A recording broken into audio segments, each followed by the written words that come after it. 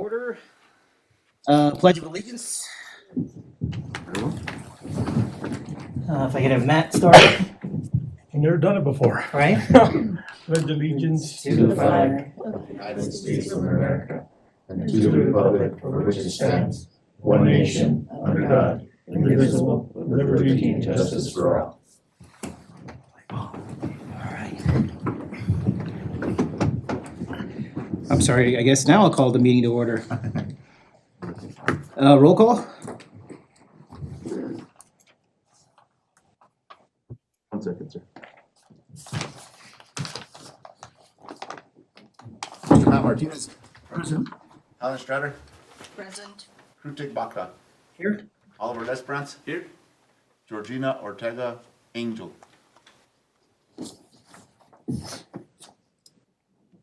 We do have a quorum, sir. All right. So moving on to approval of agenda. If there is any discussion, I'll entertain a motion to approve. So moved. Second. All right. Hearing approval, say aye. Aye. Public input. Do we have any public input? I believe today, sir, we have no public input. Okay. So moving on to approval of minutes. I know we had a good set of them. I think that was a good three meetings to go over.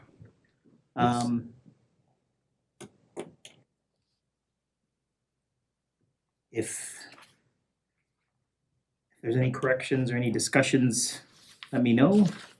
Otherwise, Little discussion, Mr. Chairman, if I may. Sure. I was not part of the committee or present, or maybe I was not present for the first two. okay. So if I could abstain voting on the first two. Okay, so I guess you know what, that's right, I'll go one by one.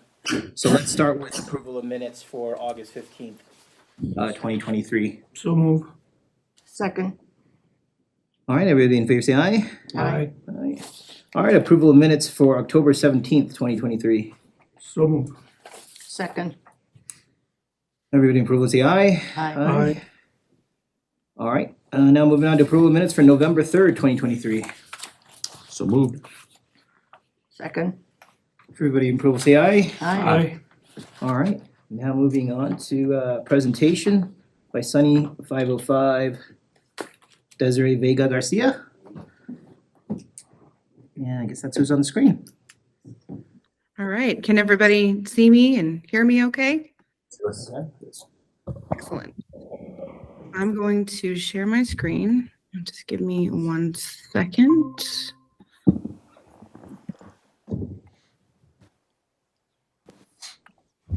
Okay, can everybody see that? Yes. Okay, and it's big and bold? It's not big, but it's there. Okay, well, we can make do with that. As long as you all can see it, that's excellent. All right, well, thank you so much for having me here today. I really appreciate giving me some time on the agenda to talk about some of the things that we've been doing. Again, my name is Desiree Vega Garcia. I'm with Sunny 505, and we have been working with the City of Las Vegas for about 6 months on tourism marketing promotions. I'm going to kind of give some background on Sunny 505.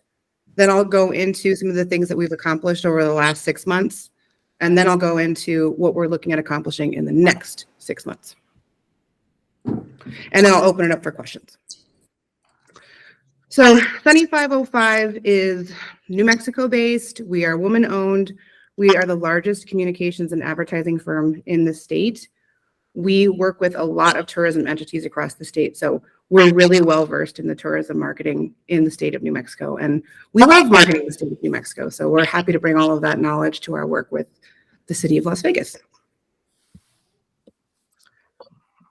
In the past 6 months, the things that we've been charged with per the scope of work is a brand new tourism site, which many of you may have seen.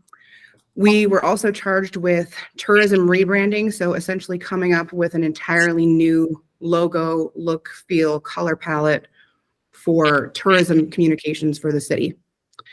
New video and photo assets as well. So we've been working and facilitating the grant that the city received with the New Mexico Tourism Department and working on new video and photo assets related to that. And I can talk a little bit about the tourism grant. It's pretty nuanced, but I'm happy to get into the weeds on that if you guys have specific questions around that. Public relations, we've also distributed some news stories to get the city of Las Vegas's name out in some publications. And then we've done some print advertising, and going into spring, summer, we're also going to be working on some digital advertising, some Facebook, social media advertising, and YouTube. So I'll go into a little bit of that further on in the presentation. So the first thing that we were charged with was rebuilding your tourism website. This essentially took all of the information that was on the existing tourism website. We kind of distilled it down into using our knowledge of what we know tourists like to access when they're coming and visiting a community. Food and drink, places to stay, things to do. There's a virtual tour. There's also an event section. And a lot of the community members have been great about sending me events so we can get that updated in a timely fashion. And events tends to be one of the first things that tourists go to look at when they try to plan a trip. So we're happy to have that on the site. The most important thing about this site that the previous site did not do is it's all mobile responsive.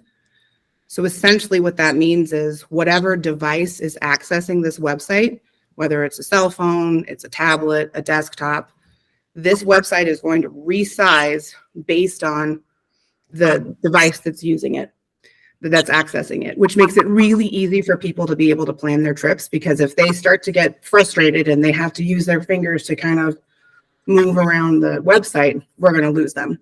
And about 60% of people plan their trips on their cell phone. So that's a really important tool, really key tool for us. So we've redone that website. We'd love for you all to take a look at it if you haven't already. That was one of our big undertakings this year. We also, in support of the tourism rebrand that we're working on, we have done a lot of research. We actually held 4 focus groups in the community with community members. I think we had about 45 participants. Just really diving into what makes Las Vegas special. What do they think makes Las Vegas special? All of that information we've been able to kind of take back, distill, and we're actively working on the tourism brand as we speak. And then for individuals who couldn't attend the focus groups, we did a survey that was sent out. That way people, based on their schedule, because sometimes people don't have time to dedicate to a focus group, they were able to kind of give us some feedback that way as well. And I would say we're probably 90% of the way there with the tourism focus group. We've been working with a group of community members to give us feedback on color palettes, lettering, taglines, and all that. So it's been a really fun and collaborative process. We have also worked on some new video and photo assets. This is part of what we did with the New Mexico True Tourism Co-op program. This is a sampling of some of the materials that we've been able to collect. Really outdoor focused, which was something that came through in the survey and through the focus groups, that this is, Las Vegas and the surrounding area is a great opportunity for outdoor activities. So this photo shoot and video shoot really took that to heart. We also worked with the city to develop a promotion for Balloon Fiesta. So we developed this video where people, if they scan this QR code down here, they could scan that QR code, go to a landing page on our brand new website, and then sign up for a newsletter to receive additional information with the city of Las Vegas. So this was one of the video assets that we worked on in support of that.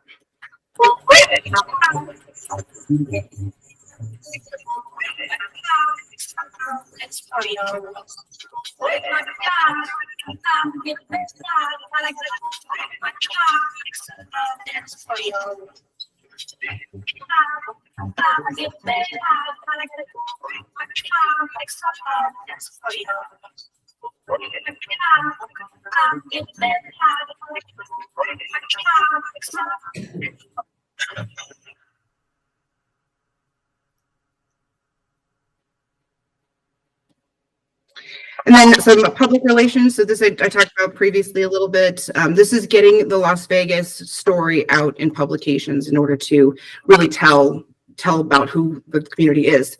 So we sent out a news release, I think it was the end of August, naming Las Vegas as one of the 7 oldest founded towns to visit in New Mexico. And we got picked up by a travel blog for families, which is really great because that's the kind of tourists we want to have come and visit and bring their family so they can see all the historic architecture throughout the city. And then we also worked as part of the New Mexico True Co-op campaign. We did an ad for the New Mexico True Adventure Guide. So this is utilizing the assets that we developed with the tourism department. This is Story Lake. So again, I think a lot of people don't really understand that there's a lot of things to do out in Las Vegas, and Story Lake is an incredible asset. So that was one of the assets that we featured in this particular ad. So upcoming in the next 6 months, we're going to be looking at doing some additional digital advertising, print advertising, some digital advertising, regional television buy, then some Facebook, Instagram, and YouTube. And because we're about at that 95% mark with the new tourism branding, I'm hoping that I'll have some things to present to you once we get that wrapped up. And with that, I will stand for questions. All right, when did the new website go live? It went live beginning of July, I think. Did, okay. It did. Did we, I don't know, did we have any type of kind of campaign or anything, or introductory campaign to say, hey, or we've got a new website live? Did we do any paid campaigning around that? Yeah, or just any, hey, see our website, see our redesigned website, or we've got a new website? No, we did not. Any idea of what numbers? Like local, community-wise, we did. Community-wide, yeah. Okay. Any numbers so far as tracking of visitors or whatnot after the Yeah, I can actually get you all of the visitation numbers, and I can get you all the sign-up information when we did the landing page for the Balloon Fiesta, so you have that as well. So I'll pull all those and I'll get them, I guess, to Brooke. Should I get them to Brooke or to Lucas? That's fine. Brooke's fine. Okay. Good deal. Yeah, I'll pull all that information for you and I'll get it over so she can send that. And so as far as, I think you're going back to for some of the resources that we used was, as grant money as well as that New Mexico True things that we approved? Correct. Yeah. So the city opts into, I'm not sure how familiar you all are with the tourism co-op campaign, but they come out with menu options, usually the beginning of April. And then we opt into the program based on what our needs are that particular year. And this year we committed $23,583 to the program. That's how much we, as a city of Las Vegas, bought into it. And then the state of New Mexico gave us $47,166 in matching funds. So we got a 2-to-1 match on that, which is great. Always want those matching funds. So we got a new website, so I see that, and so we tied it in with, I guess the connect that we haven't seen, the board hasn't seen. It's like, I mean, we can actually see the website and so on now, but the question mark on rebranding and what that's going to mean and what's that going to connect to. Does that mean we're redesigning our current page, or once the focus group is done, or when the focus group is done, as far as branding efforts? So we, I guess we can be advertising in the meantime, presenting in the meantime, or what's the plan to put? Yeah, we absolutely can. The usual seasons are fall and summer, fall, spring, and summer for advertising. So right now we're going to do some things with that Las Vegas logo lockup through the tourism department, since that's kind of the tourism brand, since we don't technically have a fleshed out one just yet. And then the plan would be on the new website to take the brand new logo and the color palettes that we've developed and just what we call reskinning the site. So the structure will essentially all be the same. The content will all be the same. It'll still maintain that, maintain that responsive nature that I talked about, where it resizes based on the device. It's just going to include the new brand on it now. Okay. Matt, Mr. Chair, I always have a few questions. Sure. Desiree, I actually want to just sort of catch up because unfortunately, we've been on this board for a while. This is the very first time we hear anything about anything that's happened with Sunny 505. So I guess I have a lot of questions in regards to what was the process prior to today? Because whatever was going on wasn't going on with our knowledge. So they weren't bringing us any ideas. They weren't passing anything through us. I'm pretty involved with the community, so I had never heard of the focus groups. But can you tell us what, well, now that we have a new mayor now and we have probably a new city manager at some point, so Sure. what's happening? Because there's no one communicating with us, and I would have imagined that it should have at least, if not started here, should have come through here. So we're like really behind the 8 ball, so, you know, Yeah. I'm just, I guess I want to know where are we at now? Is the process going to be where you all are going to communicate with us? Are you going to, communicate with Lucas, the manager, the mayor? What's the process? The process is really up to you all and up to the city. So what we were doing previously was working with the previous administration. They were helping us get focus group participants. They helped us put together the committee of people that are assisting us in the logo development. And I would just answer to the previous city manager and the mayor. That's primarily how it worked. Because we didn't have a. But I do it however it needs to be done. We didn't have a community development director, and that's pretty much the person that we communicate with. So going forward now, what's the plan? What's the best way you could summarize? Say we've been out of the loop. I know we've got a contract with the city and so on. What this board is just known as that we know that we're at some point going to have a company. We aren't part of the process to select it, but that's fine. But there's going to be some type of company advertising for the town as a whole. And some of the scope of work, may have been the website and so on. I think you summarized some of it, but what's the best that you could summarize of what we've missed, what you've interacted with the prior administration and with the city as far as presenting what we're doing here in the game plan? Again, that was my question too, is like if we're branding at the same time, we're doing, what's the plan to going forward, or the stages going forward, so the board knows kind of what's happening. Sure, absolutely. So once we get the brand set up, I think it probably makes sense, once we're finalized, I think it probably makes sense to come back and do another presentation to the Lodgers Tax Advisory Board and let you know what the new brand is, obviously. And then I think it probably would also make sense to figure out some ways that how can we get the community to kind of adopt it, even though, the focus groups were held and everybody gave a lot of opinions and they had a lot of really great feedback to help us kind of shape this brand. I think we still have the process of making sure everybody's on board with adopting it. But to your point, while that's happening in tandem, we do need to be doing some additional advertising and marketing. So I think it makes sense to continue moving forward with that Las Vegas' New Mexico True logo lockup till we get that brand finalized. And, for spring and summer, I think it makes a lot of sense to do some regional television. Like I was mentioning, we're going to be also doing a digital advertising campaign with Facebook, YouTube, which is video pre-roll in front. So that's essentially videos that run prior to YouTube videos. And we have a very specific audience that those individuals, that we target for those individuals. And I can send you all that information as well, so you have it.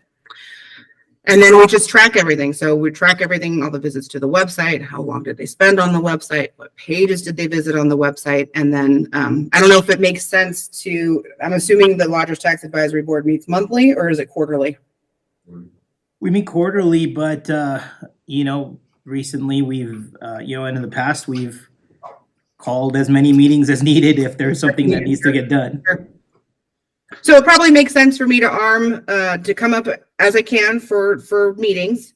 And then for the meetings that I can't attend, maybe just arm Lucas with all the information so that, you all have a report. You can anticipate a report every month or, during every meeting. Right. Well, I mean, and even if it's quarterly as far as website data, this is our quarterly. Yeah. This is our quarterly meeting. So as long as it's in there for the quarter, that's hey, this last quarter, were the numbers, and as long as we stick to that schedule, I think we'll be okay. Yeah. So I'll just plan on always having a report available for you for your quarterly meetings. And I've got a couple more questions since, unfortunately, the Lodgers Tax Board's been in the dark. So we're not exactly clear. You're talking about a lot of campaigns and advertising. What kind of budget do we have with you all? Is it a fixed amount? Is it so much Yes. for your services plus advertising above and beyond that? Because we don't even know what that number is. It never went through us. So we're I see. completely in the dark. My budget is $189,000 for the entire fiscal year. That includes, That includes the brand new website. It includes branding. It includes account services, just kind of account oversight. So, Lucas calls me and says, "Hey, I need you to put together X." So I jump and I get that taken care of for him. It also includes managing and facilitating the New Mexico Tourism Grant. So we make sure that all the materials that are submitted to the state of New Mexico adhere to their brand specifications. It also includes paid media as well. So to your point, TV advertising, digital advertising, any other advertising that we do, it also has to include that as well. So it's a fixed amount to include the paid components and all of our agency time, if that makes sense. well, we're just finding out for the first time. So does this go till June 30th? Correct. Yep. And then the city will have an option to renew up to 3 times if they choose to. And then on the last time, then they'll just have to go back out to bid and everybody will apply for it. So year 2, 3, 4, whatever, we go forward with it, it won't be as high as 189 because you're not developing and doing all the groundwork for the logos and all that other stuff. Is that correct? Or is it still 189 for the next few years? So typically what we've done with other communities is they come to me and they say, look, this is how much lodgers tax we've collected this year. And this is how much we want to allocate to an advertising and paid promotion campaign. What do you think we can do with that? That's typically what we end up doing. My understanding, the statute around lodgers tax is I think it's 40% has to be spent on advertising and marketing. But not all communities do it that exact same way. So I usually usually our partner gives me the budget number and then we tell them what we can do for that. Okay, so then my question then back to Lucas then. So what's the plan for July 1 of this year? With Sunny 505? Well, yeah, if that what you guys are planning to Well, do. see, I'm just I was just as in the blind as you were. 'Cause Okay. I didn't know about focus groups or anything like that. That's why we brought Desiree here so she could go ahead and bring us all up to speed.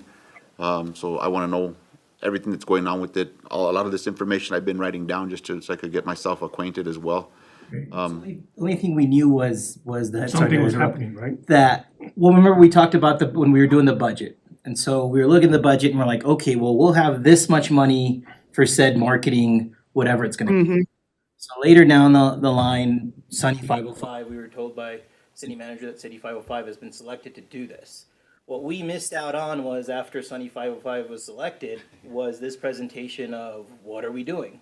We did Yeah. talk about some of, hey, we're gonna do a website, we would like to do it, but we didn't know the details. I think the presentations maybe happened to city council, to so on and so on, but maybe did not happen to lodgers tax. So all we approved was a framework of a budget back in, when we were doing the budget, saying this much will be allotted to, But I don't think To, we voted on it, Mr. Chair. I don't think we voted on, if we could go back, I don't know if we specifically voted on saying, A hey, number. 505 or a specific number. Yeah, like that 189, we didn't talk about Right, that. right. And so that's something we could correct going forward.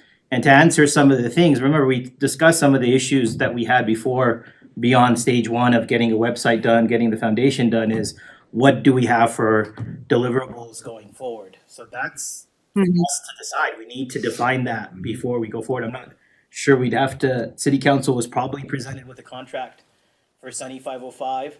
There's probably deliverables on it. The first year is probably solid. The second year is something that if the board. Yeah, we'll have to figure out. We need to figure out.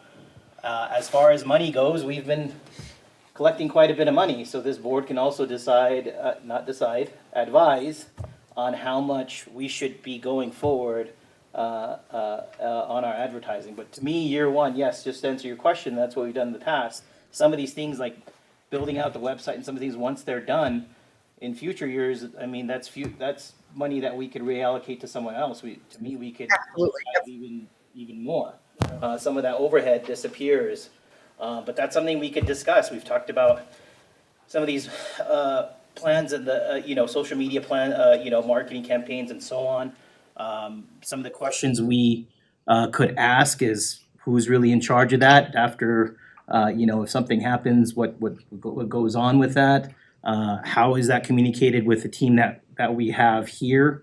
We wanted to do some of those things here. So some of those things we need to ask about, but unfortunately, we don't have the full details. That we're getting, some of it right now. But I think we're gonna have to roll with it at least until July.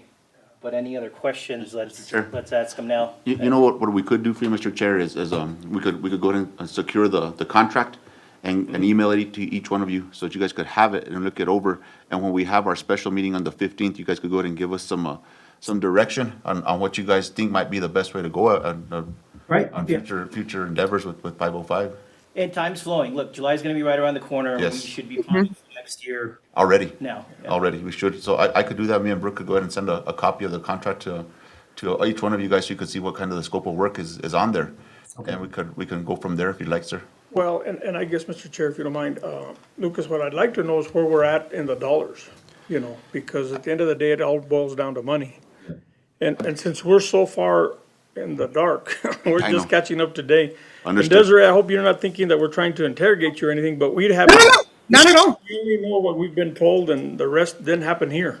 Yeah. Yeah, I talked to Desiree, actually, we talked about that, I asked, to see if, what we spent up to date. I believe it's like 45,000 in that range.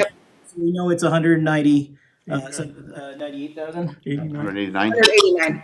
minus the 45, so we're about, I don't know, 145 around there, 140 around there. And you could just tell us, hey, what we've been doing. That should give us some We can do detail that. on what We it's being can spent give you a on. breakdown. I mean, I'll, if you guys want me to get into that detail, I could have her break it down into what she spent it on, but if you guys just want the full amount, I could do that and then send it over to you guys that way as well.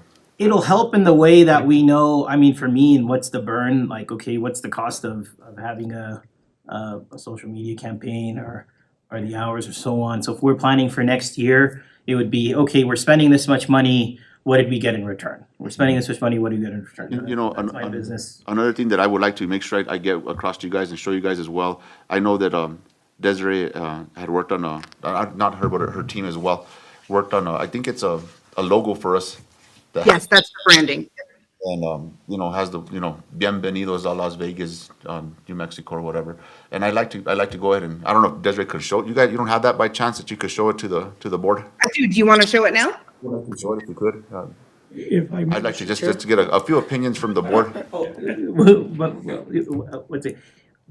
What I was thinking, as far as rebanding, and I know some of us have just heard about the focus group, but this is certainly because of when Matt goes to Nexus, the logo is something that's, I guess, very important to the community.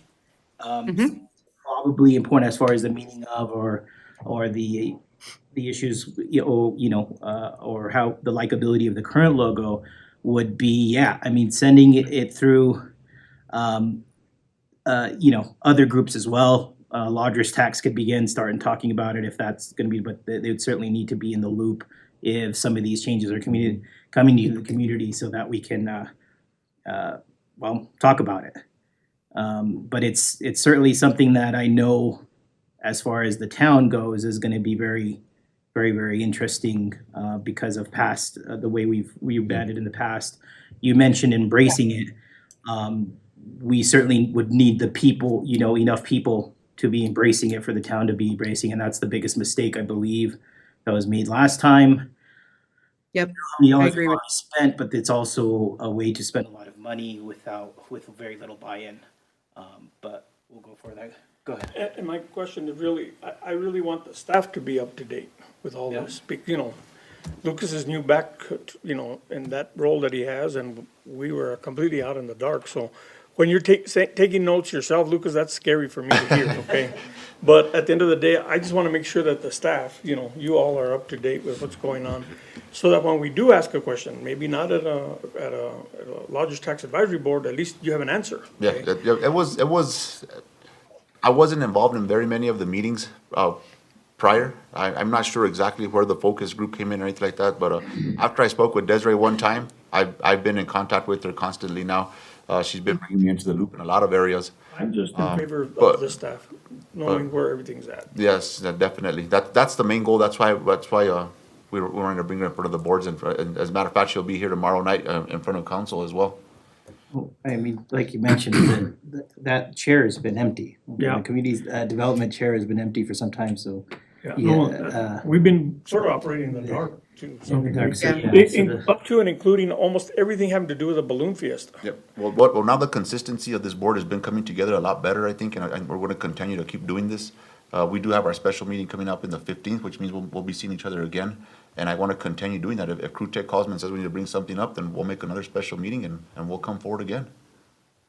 Oliver, you had something? I have one question. Focus group, where was that conducted? Is this, local people here in Las Vegas? Is this people out of Albuquerque? And- It's all local people from Las Vegas. So we had 4 of them. We had them at the Fire and Hose Museum.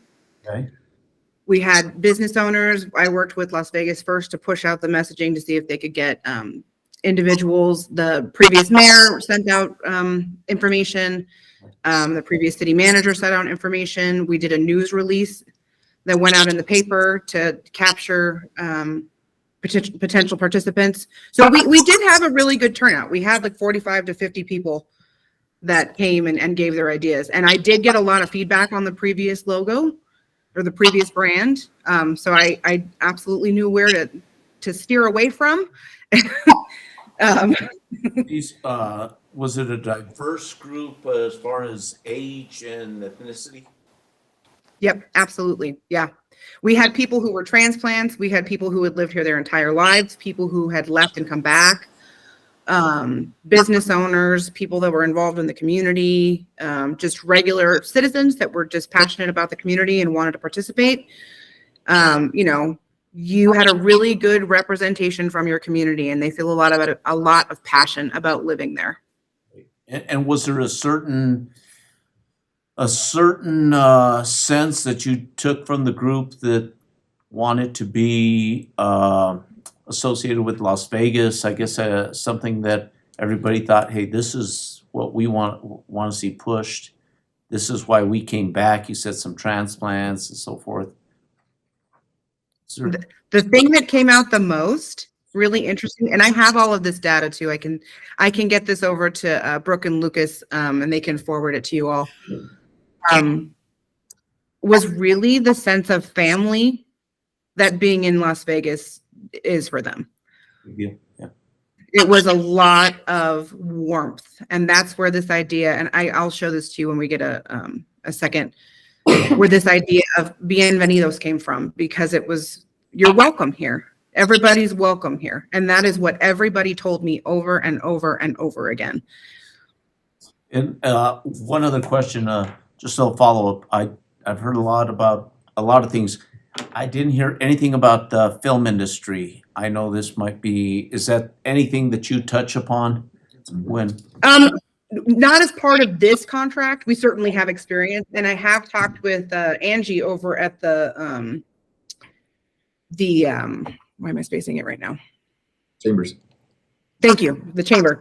And I know that that's an area that she's heavily involved in. So I've talked to her a little bit about that, but as part of this contract, that's not something we've been charged with. I don't know what's part of the contract, so forgive me, but I have to ask. No, I mean, sounds like we're all kind of learning here, right? Thank you so much. Yeah, I mean, look, the film industry brings up a big point. I know from, from actually Chuck here that we've got some big projects coming up.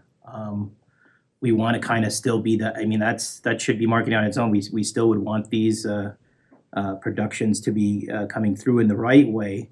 It's just presenting what we've done in the past or the plans thereof. I mean, the theme was trails, and so you'd have different types of tours or trails. So you'd have a film trail, you'd have the building trail, and so on. That seemed to be a theme, and so this is something that we lack as content as a town, and so some of our thoughts beyond the with the company was actually help developing this type of content. I mean, look, we've got a lot here, and I'm sure you gathered a lot of information for looking at our logo. I just saw it less as of a logo and more of a presentation of who we are. So I know a lot of people get caught up in the logo, but it should be the essence of what Las Vegas is, something we could build on. And so all of our campaigns are kind of built around that. So Right. And the feeling that it elicits, right? When they see it and they think about it. Are you gonna pull the logo up by chance? The, I'm doing it right now. So I'm going to show you what we built here. So let me just explain how this process went. So we had the focus groups, and then the previous administration had put together a list, a group of community members. And we've been working with those community members to develop the logo, develop the color palette. And so we've had, I think at this point, we've had 4 meetings. The last one where we were kind of in the last phase of the logo was in December, but it was kind of right as all this transition was taking place. So Lucas and I had communicated and decided, let's wait till the new year, till we get new team members in place, so to have the next meeting and get it closer to where it needs to be. So that's where we've kind of left things at.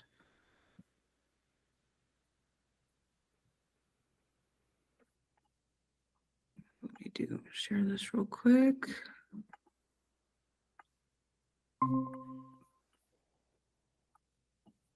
Oops. Can you all see can you see it?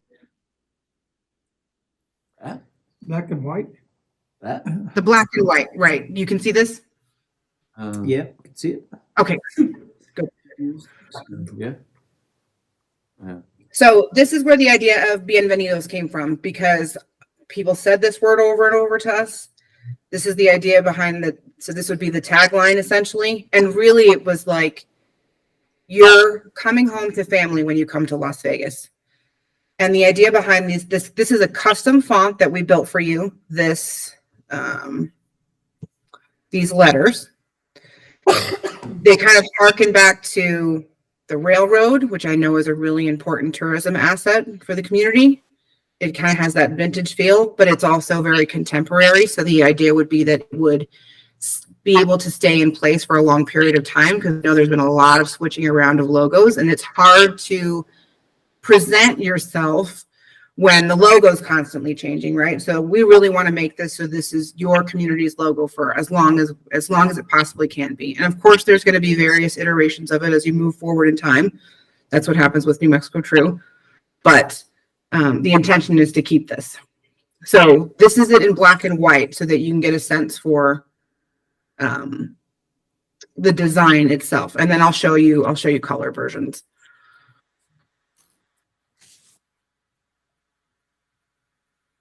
Any initial reactions How much did it cost to develop this logo?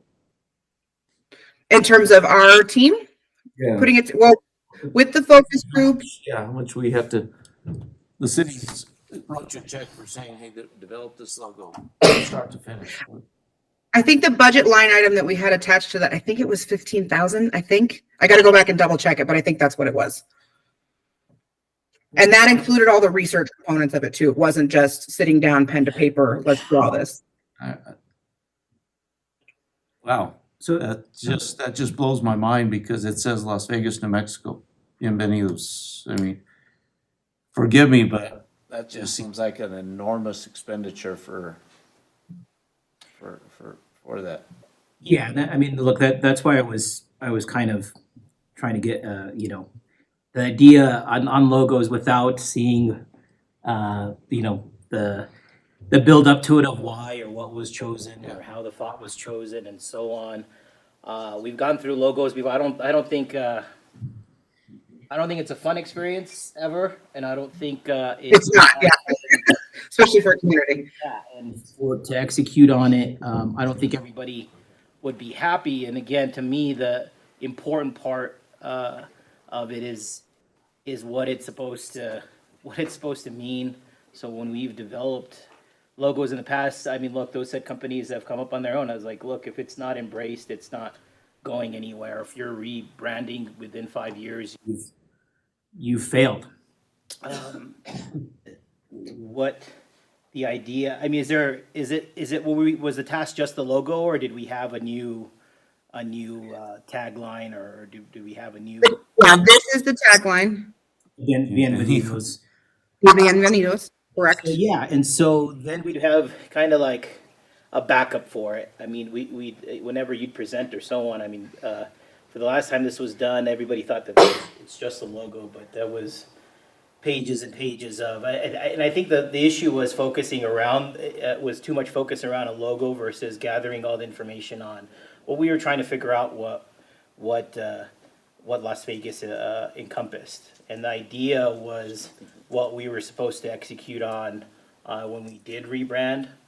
So we're rebranding again. It's just again we need to have that focus of what are we executing on as a group, as Las Vegas, as individual entities, on what we market and so on. The idea in the past was new adventures down old trails, and there was ideas on how you would have trails, have campaigns behind that, so on, and keep building. There was train trails. I mean, there was a lot of detail on what could have been done, but that all kind of falls by wayside. Maybe you have a new administration and so on. You don't execute on those things, so then it's just the logo. After 5 years, all you see is a logo. You don't. Yeah, and I know. So again, for this logo, we kind of presented this, say we're just going to see this, and just like kind of what Oliver says, we can't see the background work of how we came up with this and what's the idea. Right, and that's, I mean, I can send you all of the data and all of the results of everything, but it doesn't necessarily, because you've been left in the dark, it doesn't necessarily recreate that entire process for you. But, This is not, is this, Sorry. forgive me for my question, but this is adopted or not adopted yet? it's not adopted yet. So the group that the previous administration had us work with we've been refining it with them. And there's about 5 individuals, business owners, whatnot. My biggest, just looking at the logo, or looking at a proposed logo, is the L doesn't look like an L to me. And forgive me, but that bothers me. It looks like it reminds me of a J or a pipe. It doesn't look like an L. I mean, it just, I look at it and I have a question mark in my mind. This is just me, but I don't know, maybe everybody else is, but that's the first thing I look at is it as Vegas? I'm not sure what, I don't see it. So when I question the $15,000 it took to get to that point, it boggles my mind, forgive me, but it just boggles my mind that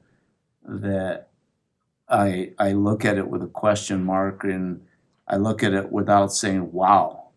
That's my opinion. There's a color version as well. You were saying? Yes, there's color versions as well, yeah.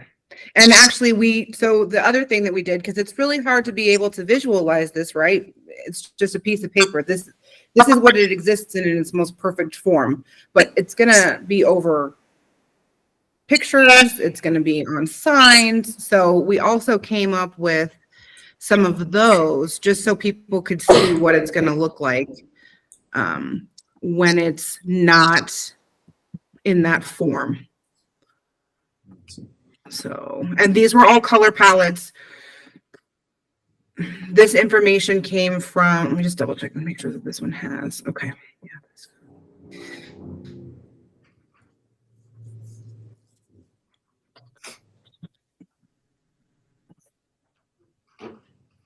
Where did the screen go? Sorry, give me 1 second. I got too many screens open here. Okay. So this was the agreed upon color palette from the group that we've been working with of business individuals. And a lot of these colors came from those focus groups and the surveys. The greens, the blues, the purples. This deep red is the same color that Main Street's using. We wanted to make sure that we put that in the color palette to make sure everything looks the same when tourists come to town. And we haven't landed on the color breakout. So this is essentially where we landed. We've got several different options that we've put together that have to be weighed in on. So I don't know if it makes sense, Lucas, when we set up the next meeting, let's make sure the whole Lodgers Tax Advisory Board is there as well, so everybody can be giving feedback, I guess. I guarantee, yeah, I think it's a good idea that this board is involved in everything. Mm-hmm. So you're due to present, This will go to council tomorrow night. Probably the same presentation. I wasn't planning to show them all the logos until I think we probably need to get a little further down the line, especially now this group has some feedback on this. I think we need to, I don't know that, and you guys tell me, you tell me what you think. Is it a good idea to present this to them when it's not finalized? I don't think so. No, I think we need to, I mean, I've expressed my concern with the word bienvenidos already with you, so, you know, maybe we need to hold up a little bit on this. I don't know who the focus groups were. Do you have a sign-in sheet so we could see who they were, by chance, that you can give to us so we could look at over? I want to also. I have a list of everybody who attended. I'd like to see that list, and also we'd like to go ahead and, see if we have to go back to the drawing board, we will, but, is it on, so how is it on the agenda? Is it presenting said logo? it's the same presentation, sir. Oh, Not so for just approval. presentation, It's not Seventy-five. it's not an action item, it's a presentation. Council is just as in the dark as you guys are, yeah. so they wanted Desiree to go ahead and, come forward and Say- make a presentation to say, where we are at, where we're at, what we're doing, how we're marketing Las Vegas, and what the costs have been to this point. And I don't understand why all of us were in the dark so much, but it seemed there was only two people that were up to speed, and that was Leo and Mr. Trujillo at that time. For seeing the results, so, I mean, well, I mean, the other way to look at it is just rip the Band-Aid off and have everybody see it, and now everybody's on the same page. And then decide where we want to go here. I mean, as far as how much would this change between now and going forward? How much of this logo would I mean, be different? I think it depends on the feedback we get in the next meeting. Has So if it, everybody comes to the table and says, we don't want any of this, then I think we have to revisit everything. am I the only one having a problem with Yale? And I'm just having a problem with it, but I don't have a problem with anybody it. else? Does anybody else? I actually like the word Las Vegas. I like the way it's written out. I like that font. I just have an issue with the word bienvenidos, and I mean, it's just, I don't hear it it. doesn't, I was surprised we doesn't connected ring right right with here, me for but some reason. Yeah. This is my least favorite part about this whole process. I really want to warn you. I mean, it's a logo. And hopefully the community doesn't get bogged down on a logo. It's about embracing on how we are going to present our Right, right. The logos is always going to be a tough process. That palette, that is a familiar palette. I've seen it before. We've just Mhm. that's in there. But if you look at the current logo, we have a lot of those current colors in there. Right. And I know. Well, I'll go through all of these color iterations real quick for you all, just so these are the colors that people like that they wanted us to work with.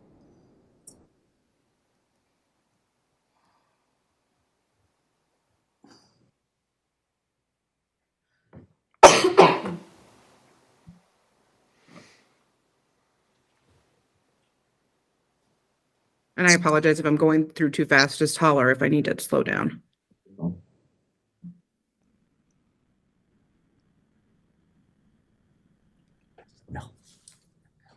I mean, the other, you know, I was just throwing this by is you have different variations of, and it could be somehow voted on, or we haven't voted on to have that buy-in, but that's what, I mean, that's the important part on this. I mean, if we get bogged down in the conversation, we'll be talking about it years later if Right. and it's not any, the tough part is not any one opinion. I mean, to me, it's a tough process of that group of getting through it. But to me, and then for when I wasn't happy when I went through a logo process and before, I certainly wasn't happy. It's not, but I had to bite my tongue and say, look, this is the process that was done by the group. But to me, the logic was we had enough backing of what it meant, and it was well defined. Each color was well defined. It just wasn't saying, "Hey, I saw it out there." Each color Yeah. was defined by history, by a story that we had here. Each thing was so. As long as to me, it defined, something that we had here, and it just wasn't just off the wall. We looked at the sky, then it was enough for me.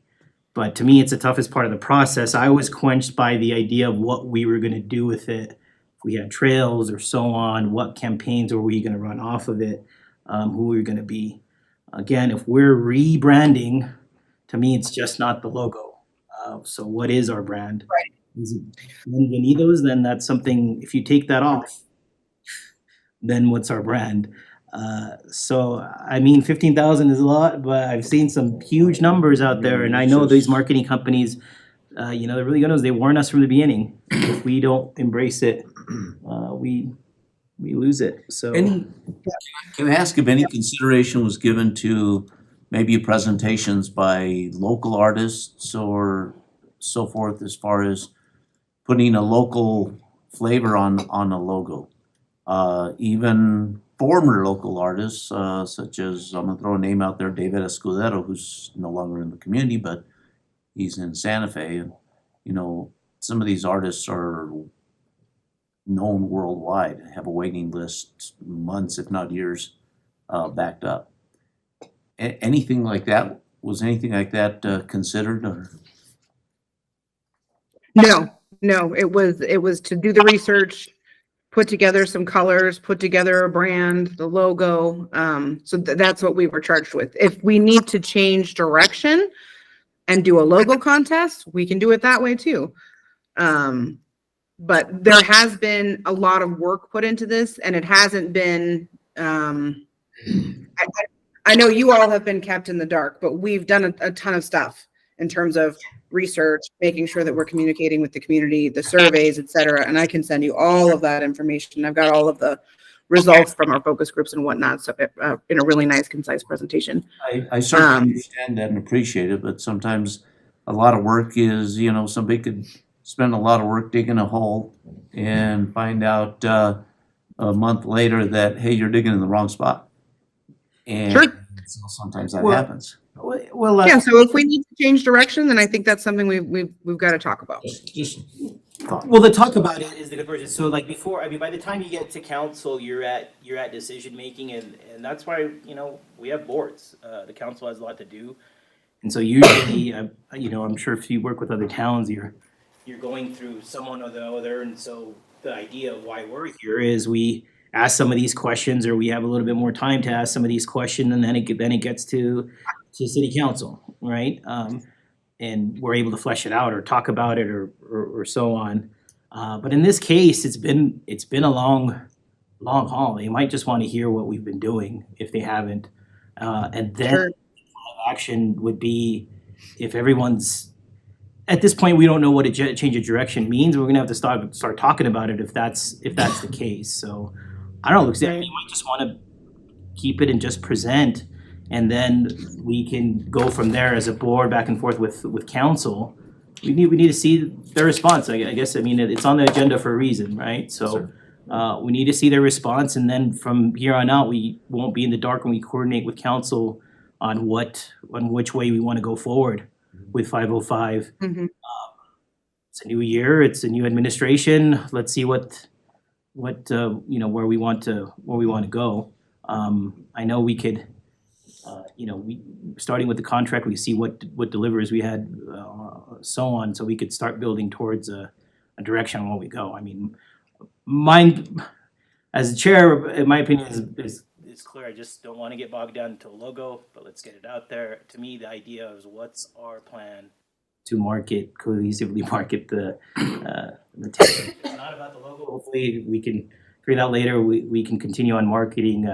But we need an idea of how we're forward. My main thing is let's not get bogged down to a logo. So hopefully a theme we could go with without having it to, get bogged down with a logo or so on is my suggestion. But let's get the Band-Aid off and see what council wants, and we could go from there in the special meetings. Because we'll just wait, right? We'll table it. They won't see it either again. And at some point, this needs to be out. Whatever work has been already done. To me, it's easier to rewind it if you haven't done anything. But you've done Right, months of work. Somebody's gonna ask, what have you been doing this whole time, if we have nothing to present? So I would suggest we just do it. Mr. Chair, So is it the advisement of this board to present the logo as it exists right now? If that's what you were already presenting, with this, I would suggest you go ahead and do it. That was the understanding plan. Not as an action item, just as a We're, presentation.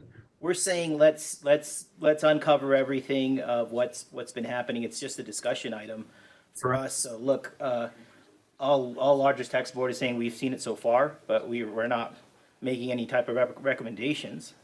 We're just suggesting that instead of holding back, just go ahead and continue to present what you're gonna present. Okay. going back to my question, Mr. Chair, I've been listening to discussion. It's been interesting. I guess I I have one word for what I seen. It's pretty plain, okay? Especially, I think we have a challenge as Las Vegas, New Mexico. First of all, we're the original, okay? So, we're sort of in some way indirectly, and we'll never be in the same league, but Las Vegas, Nevada has their logo and everybody probably can draw it on a piece of paper. So we have that already out there. And then, my administration 150 years ago actually put the signs up that the previous administration just updated in a lot of these facilities. So we went through that whole logo process, trying to identify stuff. But, if that logo had like, some historic stuff in the back or Hermit's Peak in the back or something, something that ties it to our community, I guess I would have been a lot more comfortable or happy to see something like that, because we've got some natural beauty here that, I don't think too many places. When I talk to people from other cities of the state, they've always said Las Vegas is a beautiful town, and that's the part we're trying to change. We don't want to be the but this, but that. We want them to come and enjoy our community. Once we get them into town and they get an opportunity to see what we have here to offer, I think, we won. They'll be back. They'll come back and spend some time here. But the plainness of that logo is scary. I wouldn't show it to council. I don't think it's ready to be debuted yet, because I think you'll get a lot of criticism. And I think we probably need to get more people involved with the process. But that's I'm just one person on the board here making a recommendation.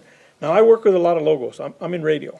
So all our stations have gone through a number of transformations, and I'll tell you, it's interesting, but I also look at it as a lot of fun, because, each one of my stations is a whole different format, and it goes after a different demo. So we sort of take all those things into consideration. I don't think we go into the details of the color palettes, because we're a small Sure. operation, but at the end of the day, we do have some fun getting some of this stuff done. But I really think, and I've seen what we've done. I remember the very first slogan of Las Vegas, New Mexico, a breath of fresh air. Good one.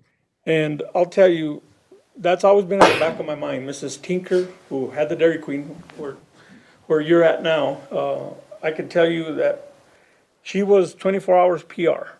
And then we had a number of other logos. The unfortunate thing, back when I was involved with the chamber, we had a group of students from Highlands that brought together some stuff for the chamber board. And you may have been there, Oliver, back in the day. So we were able to include the university in the art department, and now that they've got, computer graphics and a whole bunch of other stuff, there may be some opportunities there. I just see that there's so much to offer to show a community a plain logo. I think we need to tie something of the area, something of the community, something shaded in the background, something that, that sets us apart from everybody else. And I'm not the expert at that. I just, had a little bit of experience in doing this, but I really think we're a ways from where we need to be. I think the overall presentation that you've done, Desiree, I think that needs to be given to the council, but I'm a little skeptical about the logo, because I don't want it to be so critical that people are gonna hate it more than like it, and we need to Sure. have the best shot that we can. They need to hear that too. Look, I mean, it's not, again, I mean, that's what I'm saying, just rip the Band-Aid off. Yeah. Obviously, we have certain opinions, and for me, again, process I have to swallow it, because I also am not a party person, and then I keep thinking I'm young and I'm not. So as you go through it, and so there's different perspectives depending on age group. Yeah. And so some of these things I'm going in the conservative, and then some of these things are just getting, look, in the current age, basic is more, right? Simpler is more. It's the weirdest thing. But we also got to remember that a lot of this stuff is going not just on billboards with a background, Right. everything that we could possibly put on. And so sometimes some of those things are taken consideration when we're making a logo, that how easy is this, on what background, on so on. It has to be, and that's kind of where Las Vegas, Nevada went as well with some of that stuff, is that, okay, we're gonna be plastering this everywhere on different backgrounds, it could be black and white, or so on, how is this going to look? Right. But, look, it still gave an impression of, yeah, that's impressionable logo. But I will give you this, look, even for Las Vegas, Nevada, if you go to their city website, no sign of their logo. If you go to visit Las Vegas, Nevada, you have the logo. It's Right. do with it, but get it out there. If everybody hates it, they hate it.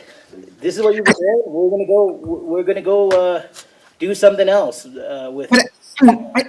You've made a very, very good point about how it needs to translate across a variety of media. And so, yes, I hear what you're saying in terms of it's plain, but there is thought behind that to make sure that it's legible across every place that you could possibly put it. And it always looks the same, because that's the biggest thing. It takes people, 10 times before they ever register something, before it ever gets into their brain. So as much as we can make it really simple for them and easy to digest, then, we'll get them. And I think you also have a really good point too about we have to skew a little younger, because we all know who travels, right? It's boomers and older boomers, and all of us kind of have to shift a little bit, right, to make sure that we're talking to people that are, millennials and younger, even if they are, pain in the butt sometimes. But that's, you brought up a couple really good points there, so thank you.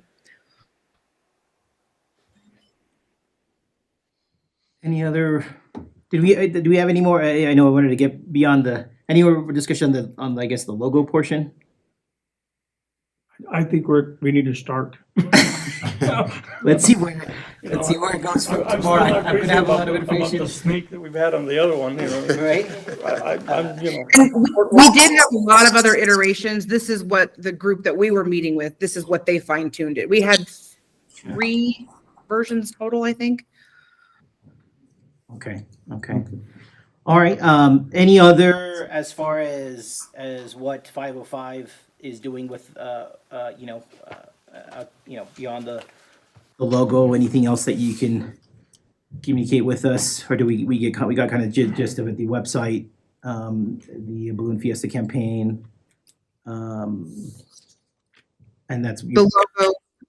And then also some digital advertising too, which I spoke to a little bit about, the YouTube and social media advertising, because that is where a lot of travel and tourists are going, okay. is in social media. So we do have that coming up in the spring and summer. And then we'll also be doing a programmatic video campaign, which is essentially targeting individuals based on their psychographics. So if they're outdoor lovers, foodies, etc., interested in travel in the Southwest, we'll be targeting those individuals through programmatic video. So those ads that run on YouTube, or if you are on a video player or something to that effect, you'll get the ads, the TV ads.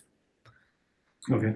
Mr. Chair. And all of that's trackable back to the website too. So as we're providing those reports on traffic to the website, you'll see those numbers increase somewhat because of traffic gets pushed from those media. My question, Mr. Chair, is related to the next item. Sure. If Desiree doesn't mind staying on for a minute, maybe she can help us with this. The next application is about an online mobile phone application. So I don't know if that's something that you all would give input to, or since you are technically our consultant, you know what I mean? Do you mind just staying on for a little while to listen to this presentation? And maybe give us feedback? I don't have no idea what this is about.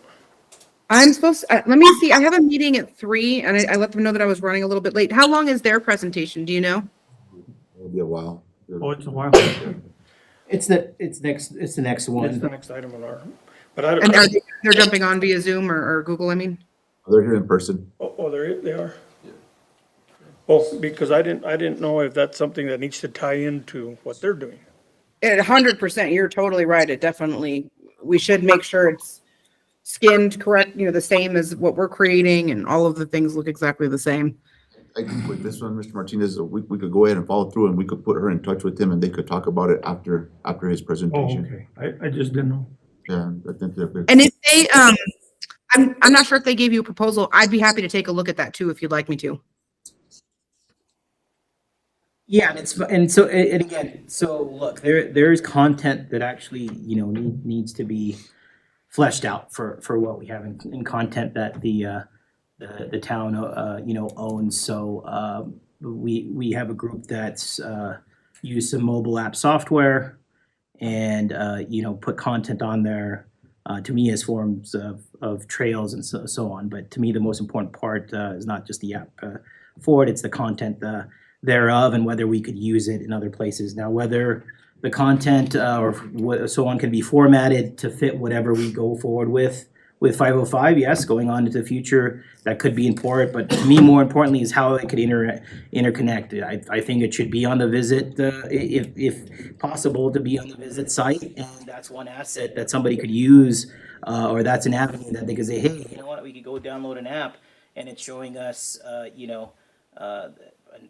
an actual tour of the town when we get here and so on. Yes, somebody could look at it remotely, but to me, from what I've seen from the presentations, there's more power with it when you're actually here in Las Vegas. But their presentation today, they presented as fast. Their presentation today is an MOU, I think so. So going through it is basically we're going to help them with the licensing of said app, but that. My concerns, prior is that we would own the asset so we can, as a city, work with whatever we're building here. But the city would own the.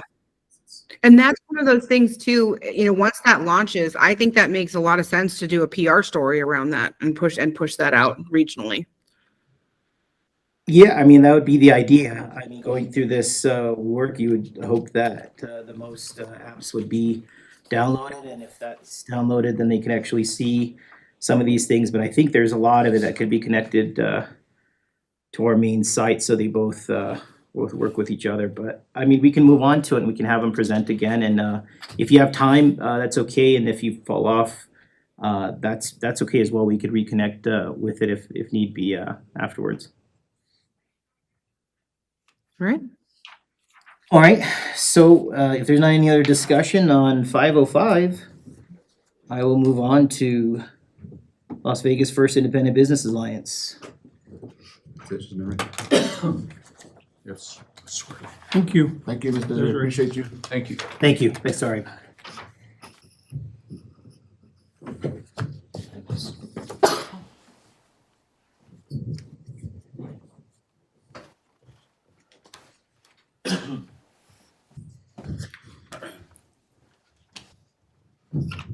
You ready, Mr. Chair?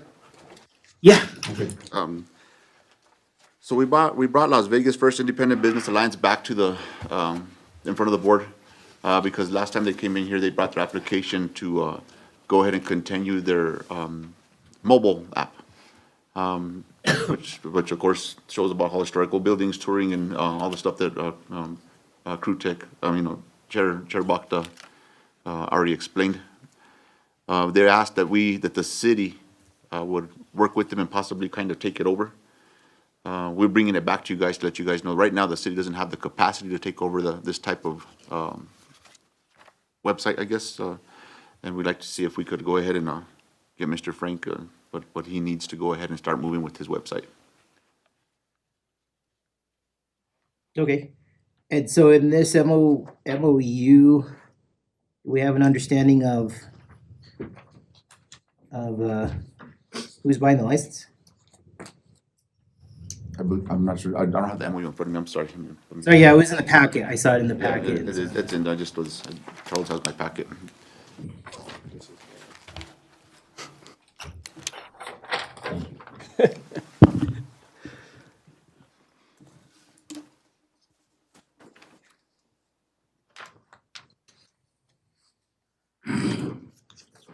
Does the board have the copy of the presentation we did last time?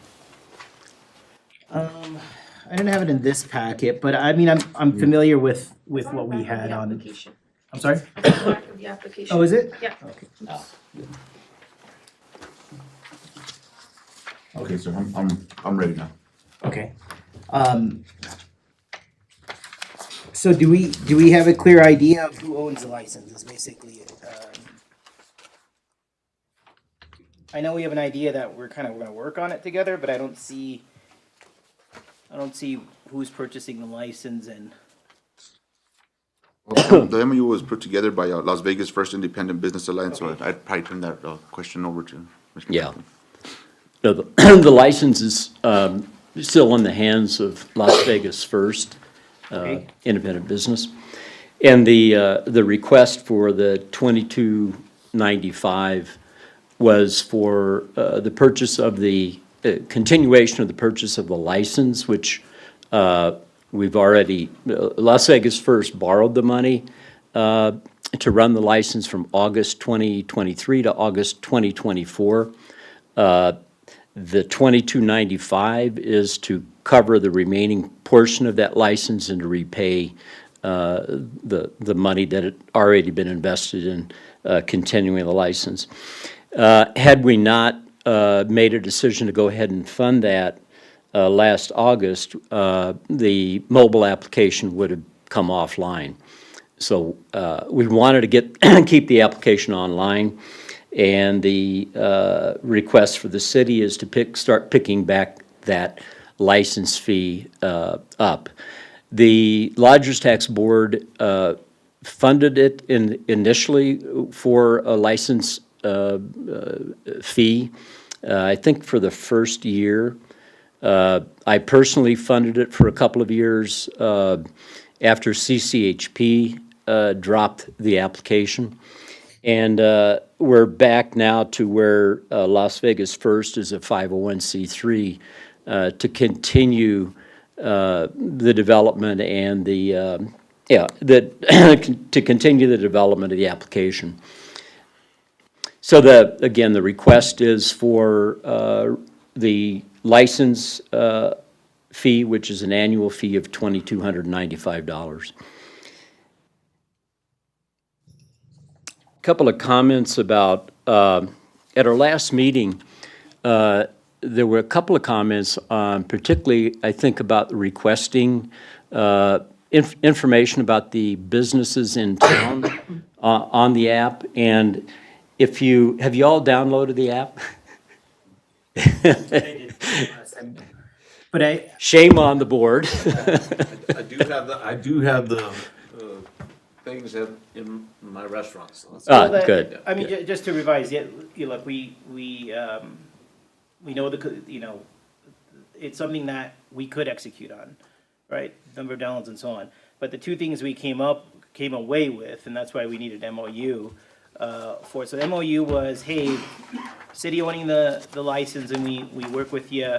We just needed to hedge out, okay, who would be in charge of developing, but it looks like this MOU is just saying, we're gonna communicate with the city, city's gonna communicate it back, but it doesn't answer two specific things. Who owns the license, right? And you answered that, you're still gonna own the license, you're asking for us to pay for it, but that's a big question we had last time. And the second one is, who owns the content? How we do it? All we're saying, I mean, there's a lot of different ways to say we're just talking to each other. That's what this MOU is telling me, unfortunately. It's Yeah. not saying what this content means. If it said, hey, this content communicated with together is public domain or under the ownership of the city of Las Vegas, that would be fair thing. So those are the two concerns we were saying, is that, look, city of Las Vegas is contributing, let's have the license under their name. So if anything happens with Las Vegas First, I don't think so. But those are the things we clear, because of the history of this app, we clear those things up. So going forward, everything created under this app is public domain. It's open. We own it, and the city owns the license for the app. So then, if we work with 505 or work with anyone else, we can coordinate and say, hey, we would like to coordinate. We really want to boost this app. This would be a really good way to say, hey, we have this campaign going. If they go to our website, once they get here, they can download this app and follow these trails and so on. To me, it's just the start of creating content that we don't have here. So that's what was my understanding. So we also need to run by city attorney and so on and say, hey, this is the MOU and understanding we have. We own the license. This content that's being developed under this license is the city of Las Vegas. And Gene and I met with Lucas, getting into that topic. I think, and Lucas, you can kind of share your perspective of it.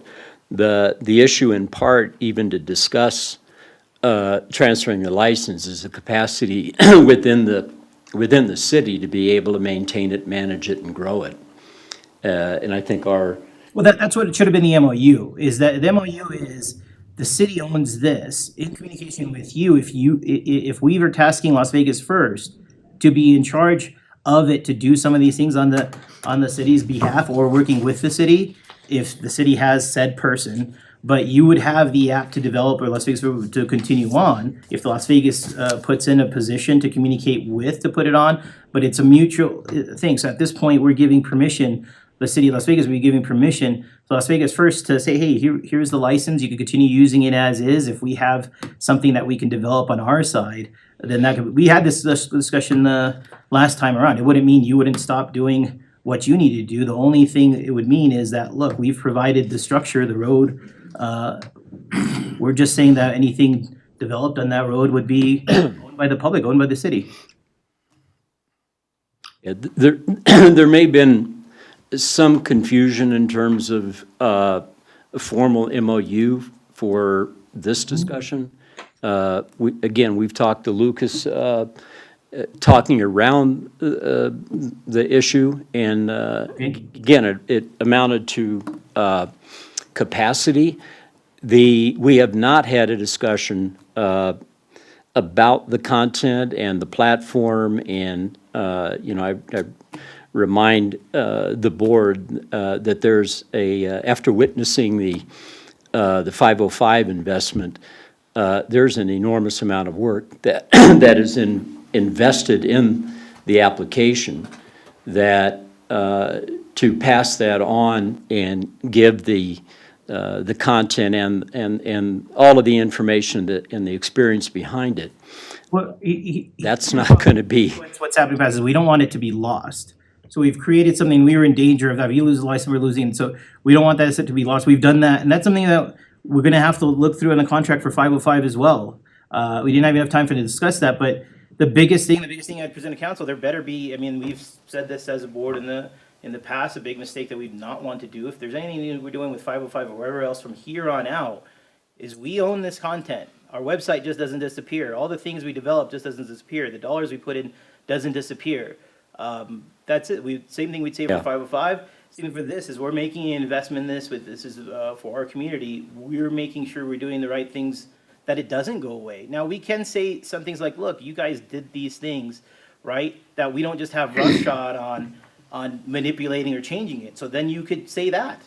But there has to be an understanding that we don't lose this information that we've created on historic trails or so on. We want it to be kept in our books forever. It's not, that's something we should be building for the next 100 years. So maybe it's gonna be in an electronic form, but it's ours.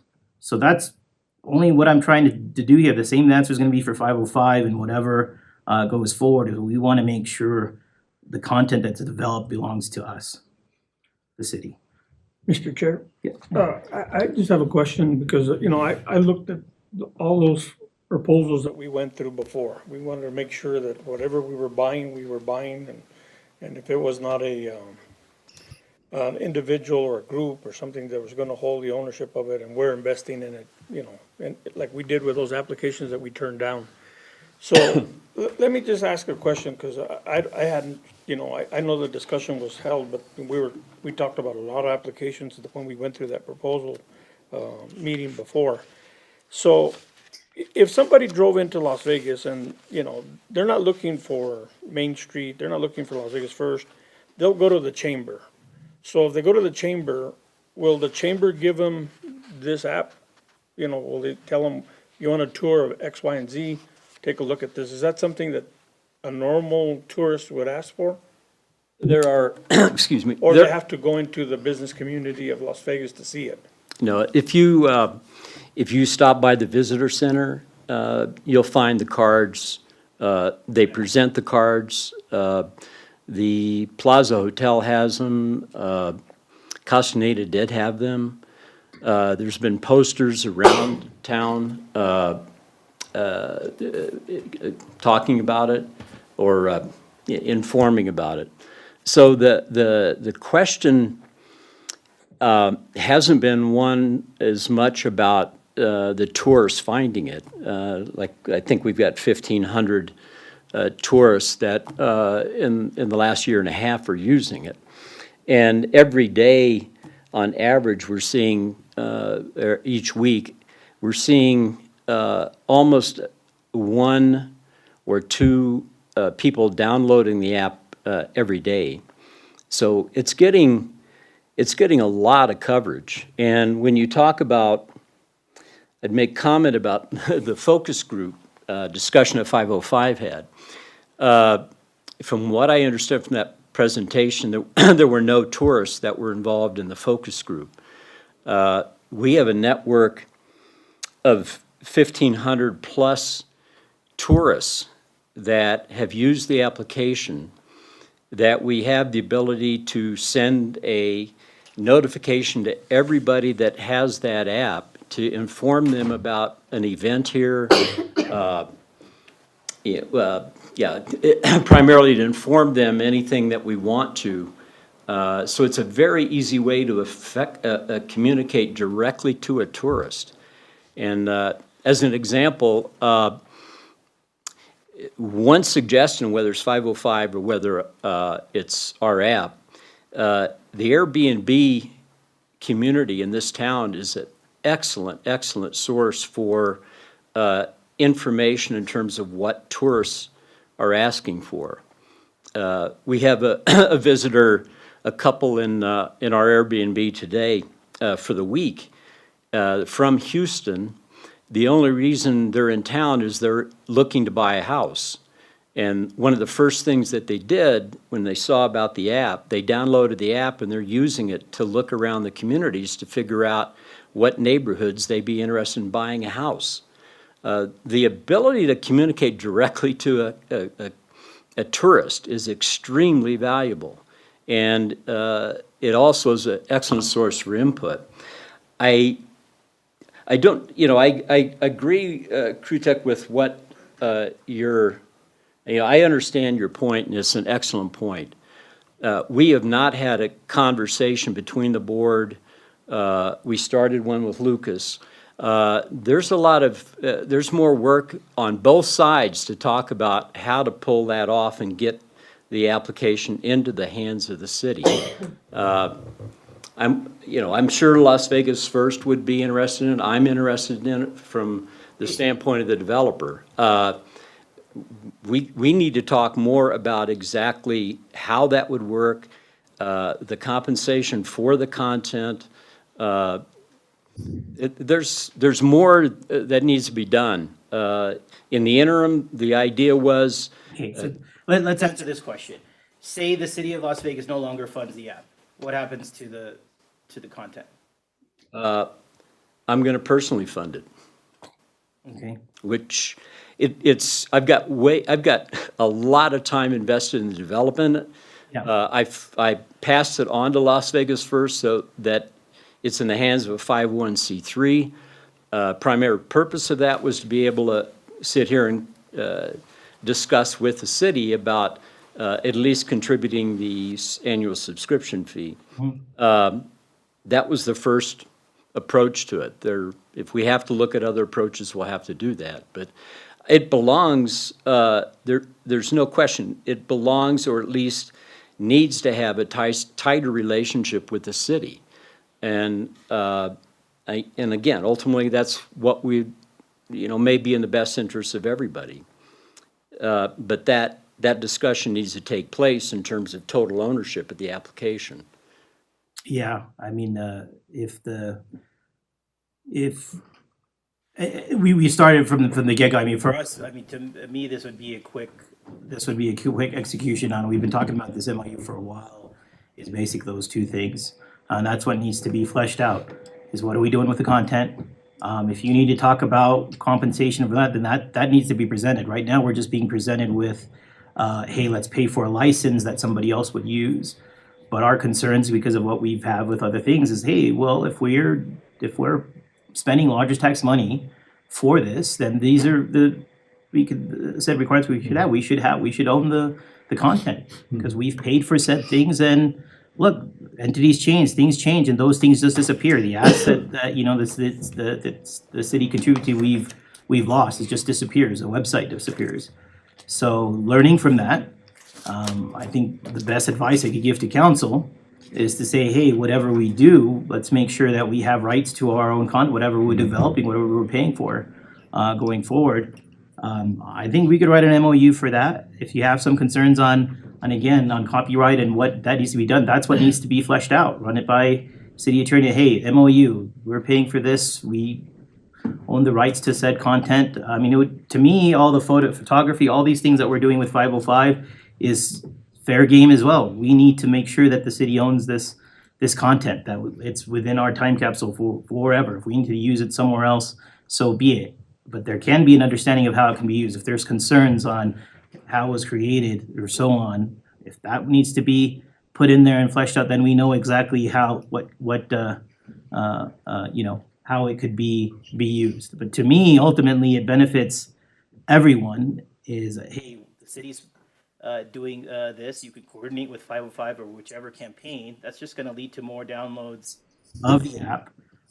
And look, on the app, we've done this before. I know we've gone through this several times, but for me, each one, it was kind of an example of the prior campaign we already had. But each thing, the main thing when you go in is tour of the Santa Fe Trail, tour of the historic districts, tour of the Las Vegas building, tour of movie shot in Las Vegas A&M, tour of the WPA projects in Las Vegas A&M. Look, those are all great starts. If somebody historically wants to visit the town, they'd want to take a tour.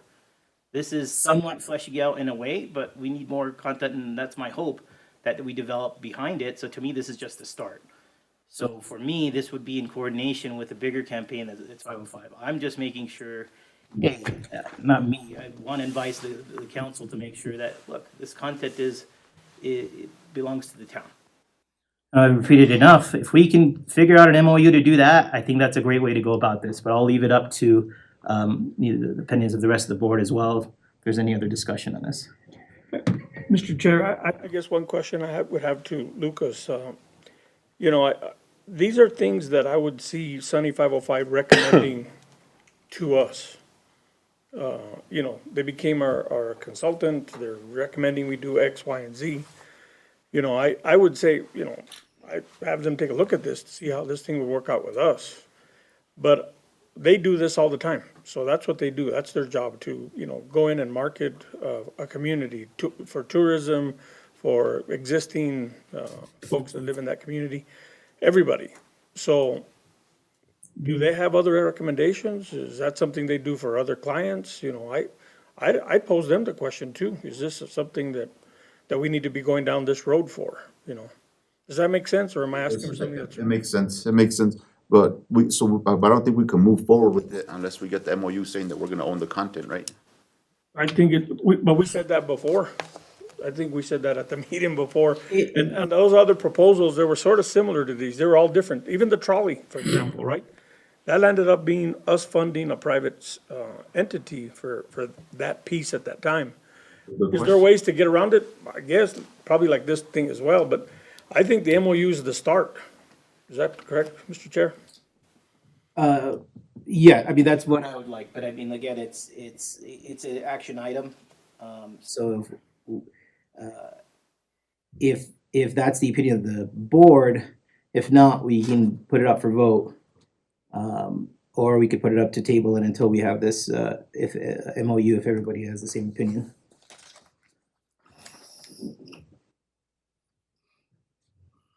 I think it's frustrating in a way, because I think if we get beyond this, it's just an easy fund for the amount of money we can continue to develop it, but if we could get this thing going We do have. and some understanding.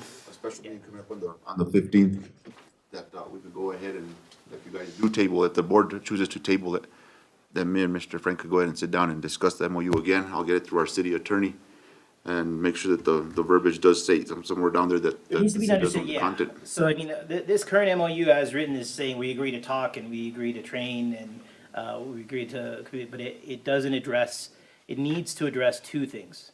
Is how are we dealing with, who owns the license and how are we dealing with the content? Who is, are we in co-ownership? What's the details around that for it?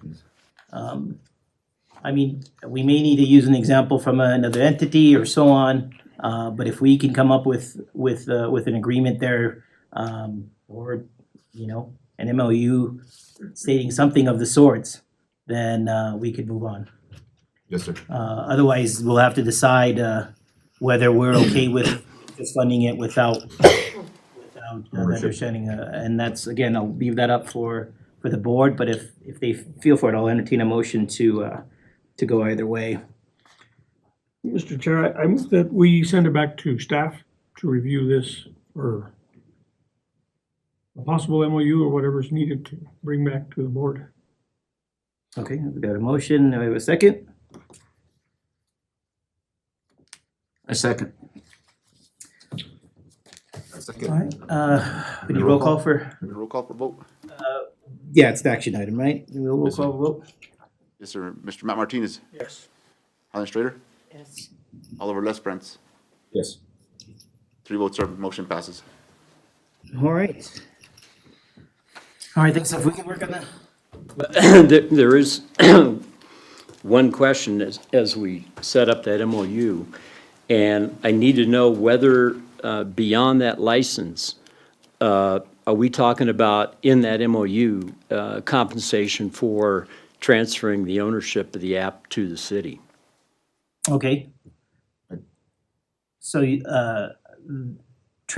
there a fee involved to transfer the op license, you mean, or you mean content? Now, we know, we've requested the $22.95, which is the annual license.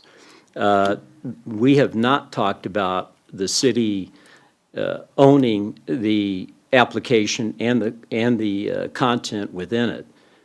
There's going to be compensation for that, all of the work and the content that's part of it. If you want, if you're asking for the city to both own the application and then have access to all the content and the imagery, that's not just the license. I mean, there's going to be a cost in buying and the city owning that license, that content. No different than what you're doing with 505. I mean, there is I repeat, the amount of work in here, there's a logo already created in this that Highland students put together. Compared to the one you just saw, there's no comparison. They were compensated for the logo? Pardon? They were compensated for the logo? I'm sorry? And they were compensated for the logo? No, they did it as an intern project with, with the students. That's something you ought to take a look at. Okay. We're, Well, and put that in as a presentation, because again, right now, we're just presented with a license. To me, the license was the application rights, but for that scenario, how it is, but then, I mean, once you make money off of it, all the content underneath there, so you own the copyright underneath all the images and everything that's under there. You personally own it, or no, Las Vegas first owns the it, or- development of the application, anytime there's creative content, and again, this is something to think about 505, the creator of the content, the application itself, whoever developed that, putting it together, that individual, that organization owns the copyright. So if you're looking at 505 and the content, what you have to make sure you buy is the copyright to it. Just like in this application, I have the copyright because I put it all together. That doesn't mean you own the content. It means the structure of that application is owned by the designer. And that's the case with any creative work. So, That's the, we'll have the discussion with 505, but that's the hope. It's a similar with this is what we're asking for is the same thing. So if whatever content is there, of what you see of value, then put that through if that's what it means to have that available to the city. so the board is not agreeing to fund the license from this? Until we have an MOU of how it's gonna work. I mean, that the first answer of who owns the license will have to be answered. But the second question of the content and access to the content thereof, of it being developed under a license that the city is paying for is a fair question to ask. Mr. Chair, this is Getting a getting, little more complicated than normal, but it almost seems like it needs to be a contract. It should be, Las Vegas First is gonna have the same question. Yeah. They should have the same question. If they're paying for it, What are they then getting? does Las Vegas First, is Yeah. it anyone for it, or is it just Mr. Burst? And then- It's a fair question, for any group. Yeah, and then if, moving forward, you know, if it's something that the city's going to buy or not buy, then that almost sounds like an RFP, you know? So there, it could get much more complicated, but we need to get through the first steps first. If you could, I know Mr. Frank will call Brooke, and she'll set up a time, we'll sit down, we'll look at the MOUs, put things together, I'll get it to the city attorney, make sure that everything's, the way it should be, he could go ahead and make his proposal of what they're asking for the content. And then at the next meeting on February 15th, we'll have it on there again, and we'll go one more time, see what happens. Next, I put, input. We don't have to own the content, we just have to have access to the content, is that correct? 'Cause No, we wanna own it, cause if something ever happens, then, you know, we wanna make sure that content's always with us, that we can always use it. purchased It if needs to be somebody purchased. else developed it. And if there needs to be an understanding of that to clear it up, from my understanding, if we're starting with 505 from fresh, my hope is whatever we're developing is something we have.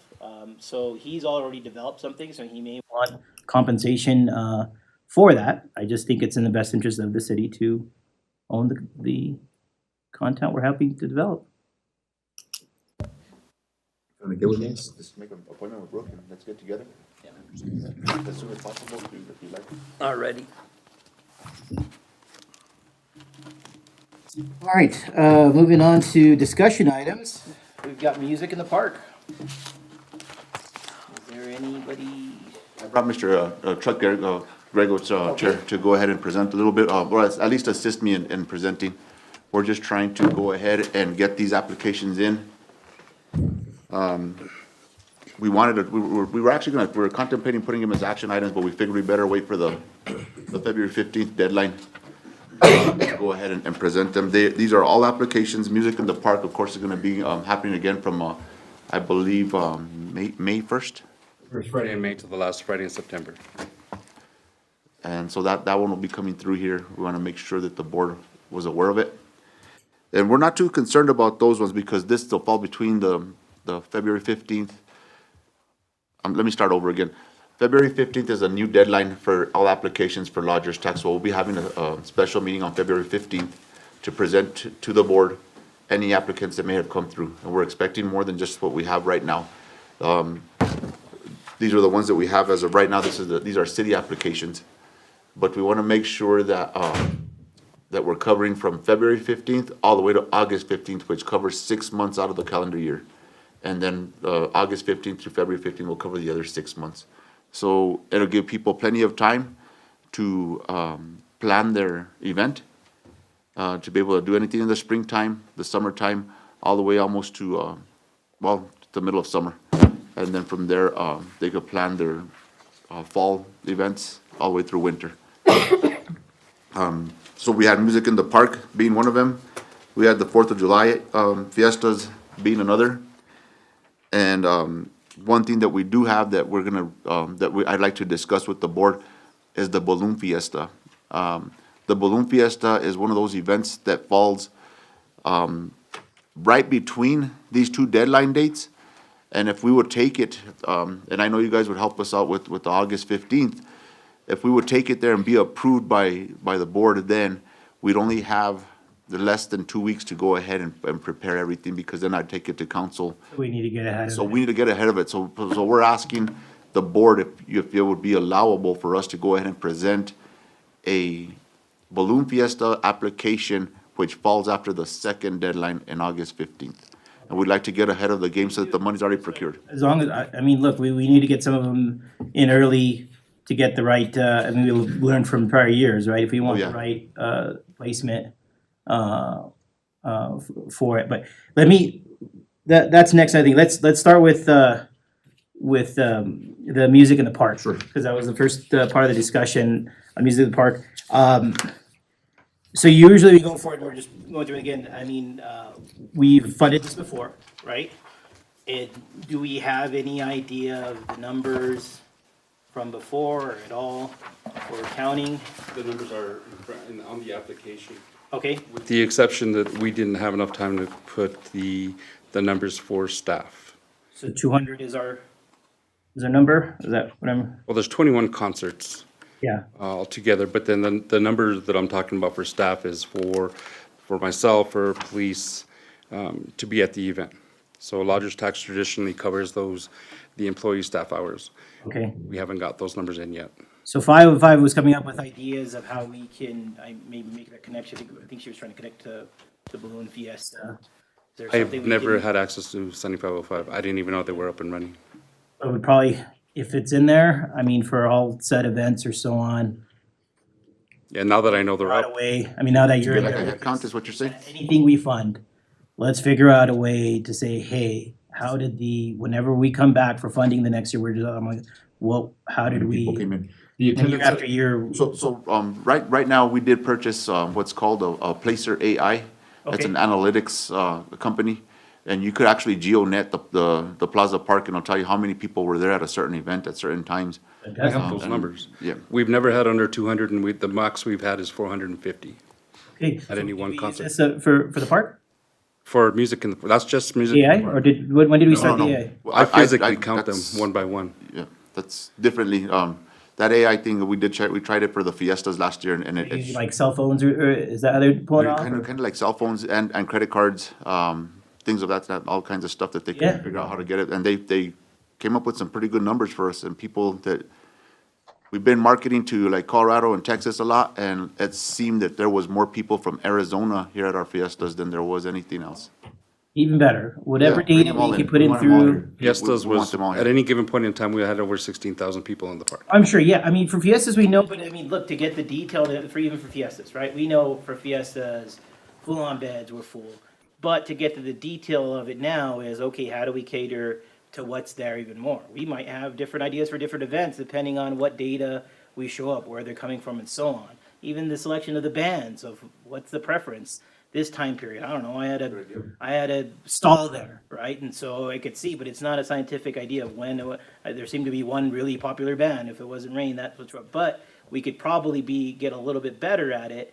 And even our band selection or our booth selections, all of the above, get better and improve. Even if we can't improve bed numbers, we're improving the other product that's there.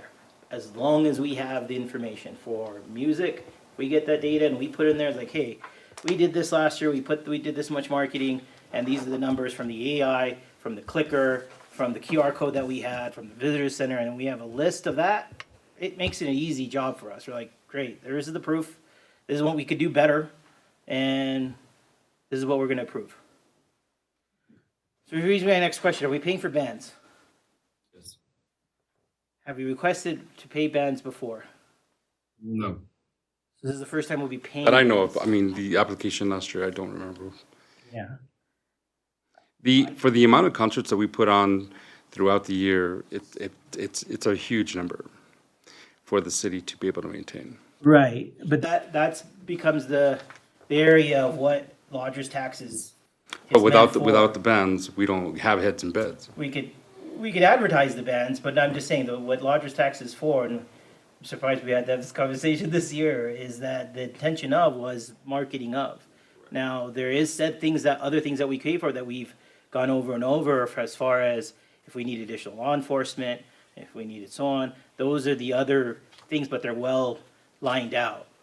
Paying a private entity of a band is not now, we could advertise an event like we do for fiestas and in general for the thing, but we've always held the line, I mean, and even the state so far, I mean, that idea with that reader board, those are some of the critical things that we aren't advertising private entities on there. If we start advertising bands and so on there, we start running into a sketchy idea for it. So, as far as the correct use of lodger's tax, I'm not sure if paying private entities, which are the bands directly, is fair use of that money.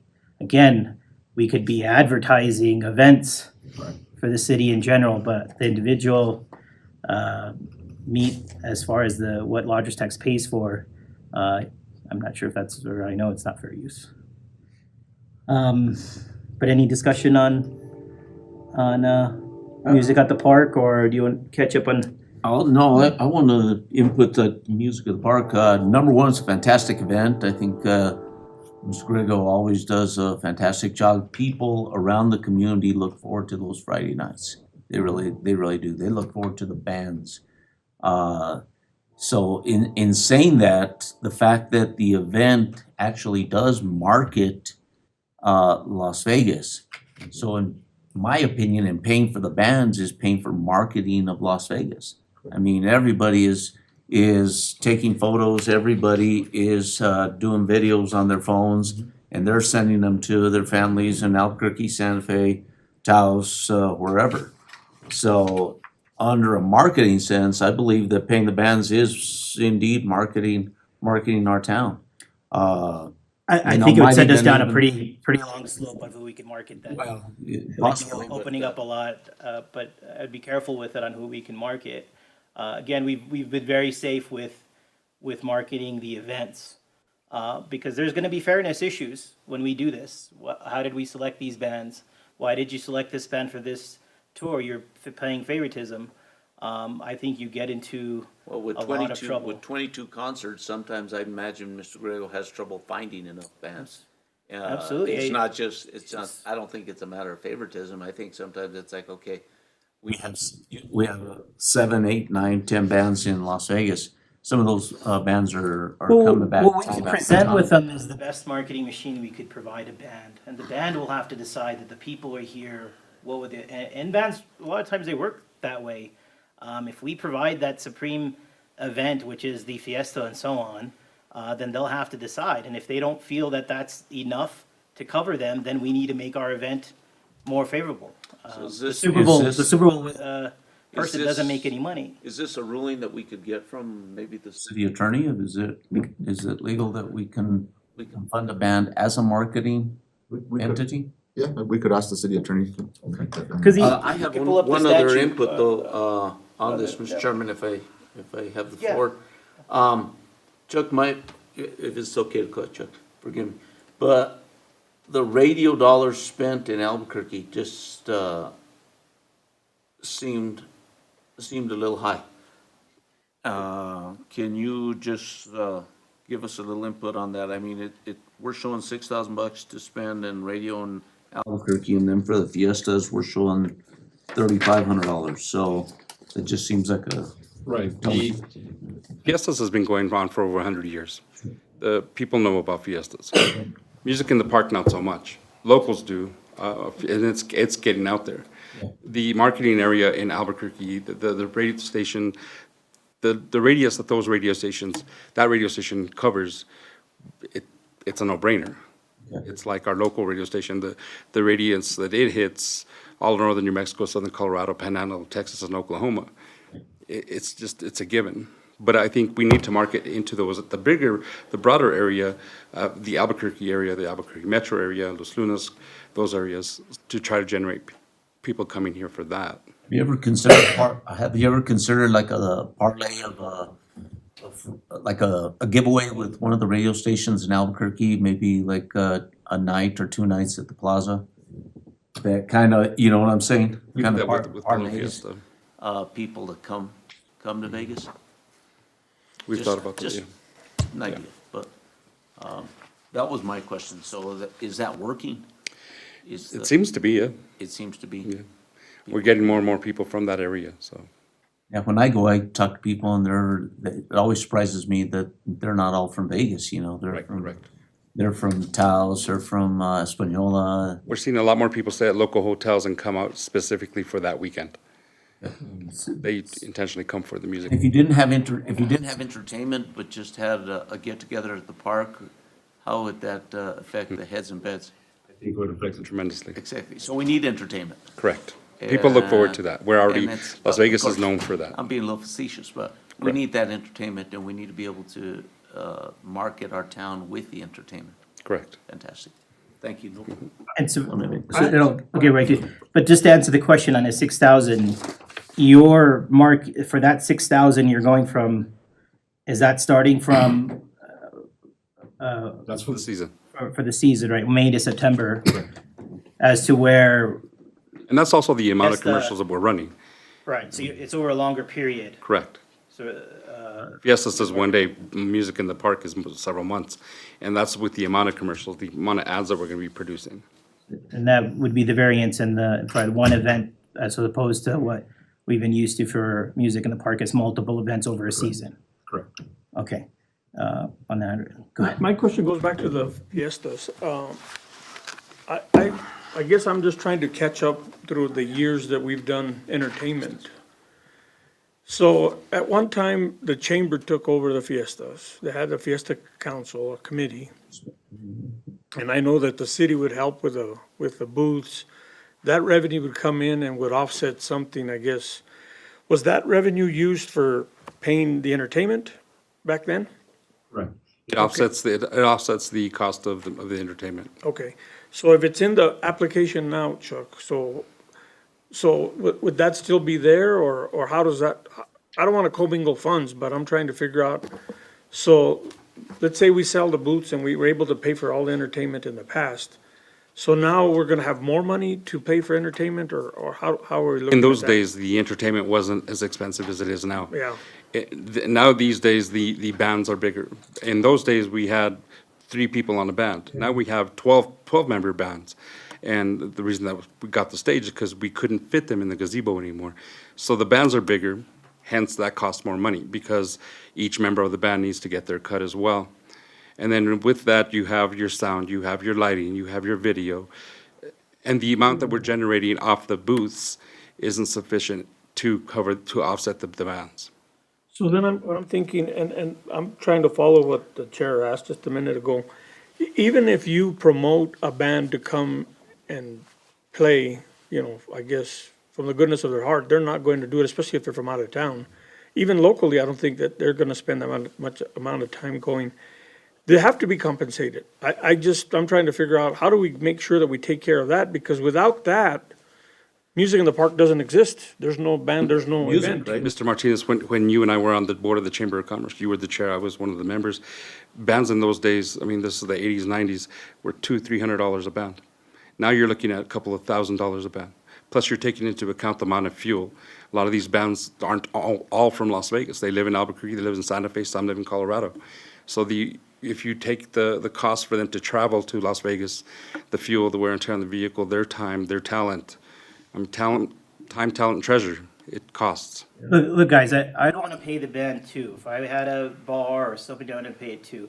But for lodger's tax, the way it's used and those rules are, you could use so much for advertising and use it for other things. So if we wanna talk to city attorney and go over this is what this is.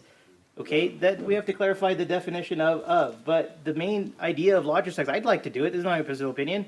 But these are the fair uses of lodger's tax. We should probably be using them fair. So if we can market the heck out of them, fine. If we could create up with reasons to do it, to not get in trouble with lodger's tax statute, great. But at this point, we're saying 11,550 we're paying for the musicians. And then the marketing set up, what's the ratio here? 6,000 in radio stations, the 4,000 of it. Is that could we even pull off the ratio of majority? This is, we have the right ratio of advertising to other costs? So I get it, but then I'm gonna be even more footfold is where are the numbers?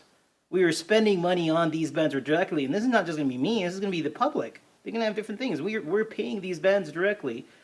So how is this impact gonna be if we've used larger tax dollars in what use?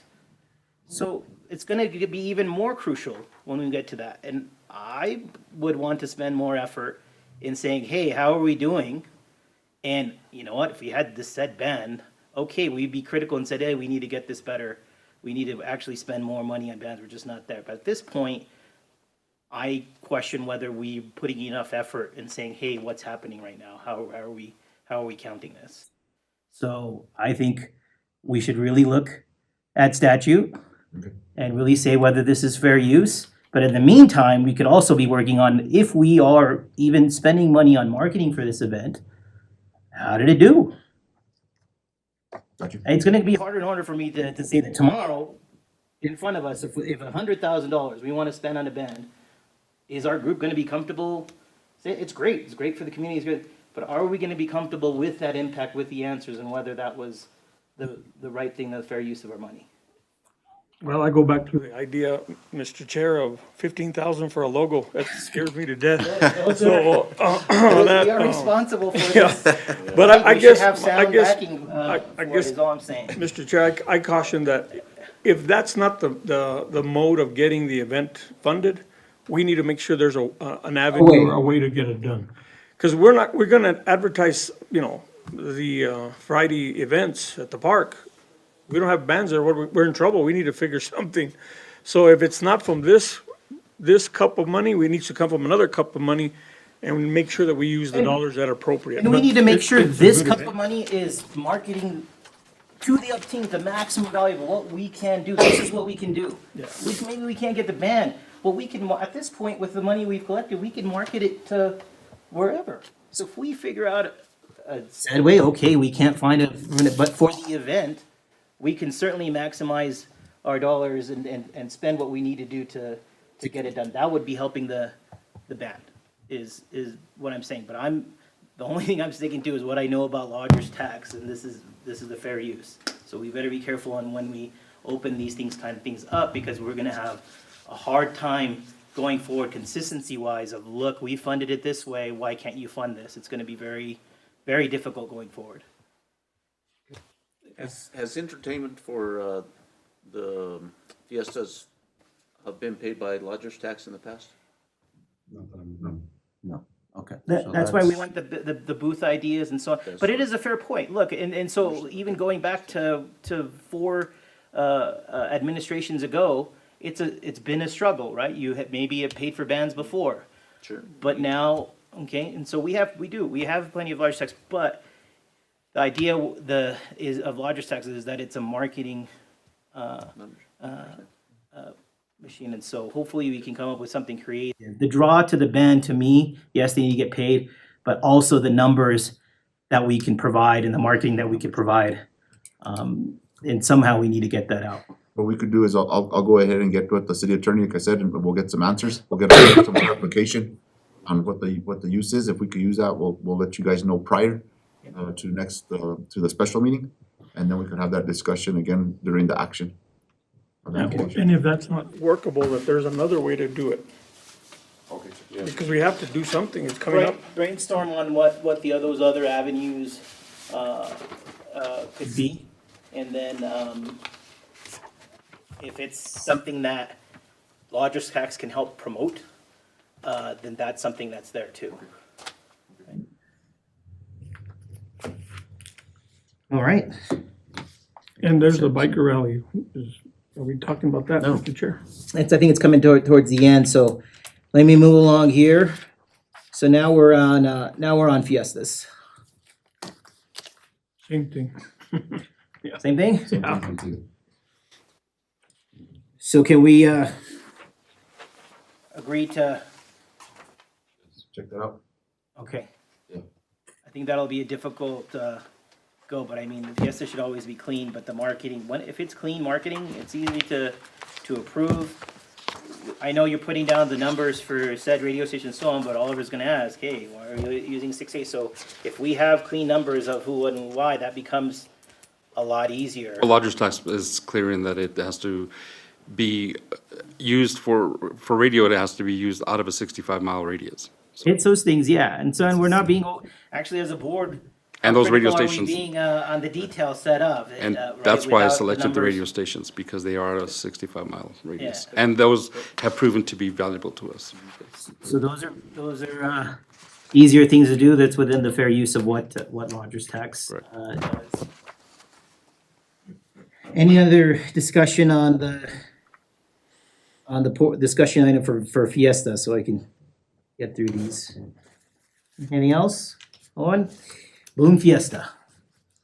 So like you were saying, to get a head start on it. We need to get a head start on it. We don't wanna be, at the last minute asking for money, putting pressure on the board and on our council as well. So we wanted to see if you guys would approve and allow us to move forward with an application on the deadline for this deadline and not for the August 15th deadline, even though the Balloon Fiesta happens in October. You know me, like I said, that's why I wanted to set dates, because that makes us take action. Okay, We're not lollygagging around, well, we could just present at any point, now you set up a date, you gotta pay your taxes on time, so that you take action. yeah. So that's the good news, so that's good forward thinking.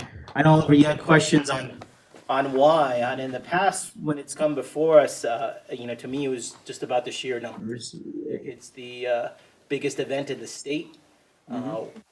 When we came back to it, for the first round, the idea was, and we got a good table on that first table, so we got a lot of exposures, but it was countable exposures, so we were able to get numbers from news stations and so on for the numbers that were presented to us. So we were able to get concrete numbers talking about Las Vegas, so that's why we are going back to promoting in Las Vegas. I don't know if you had a question or not. Yeah, it just seemed, the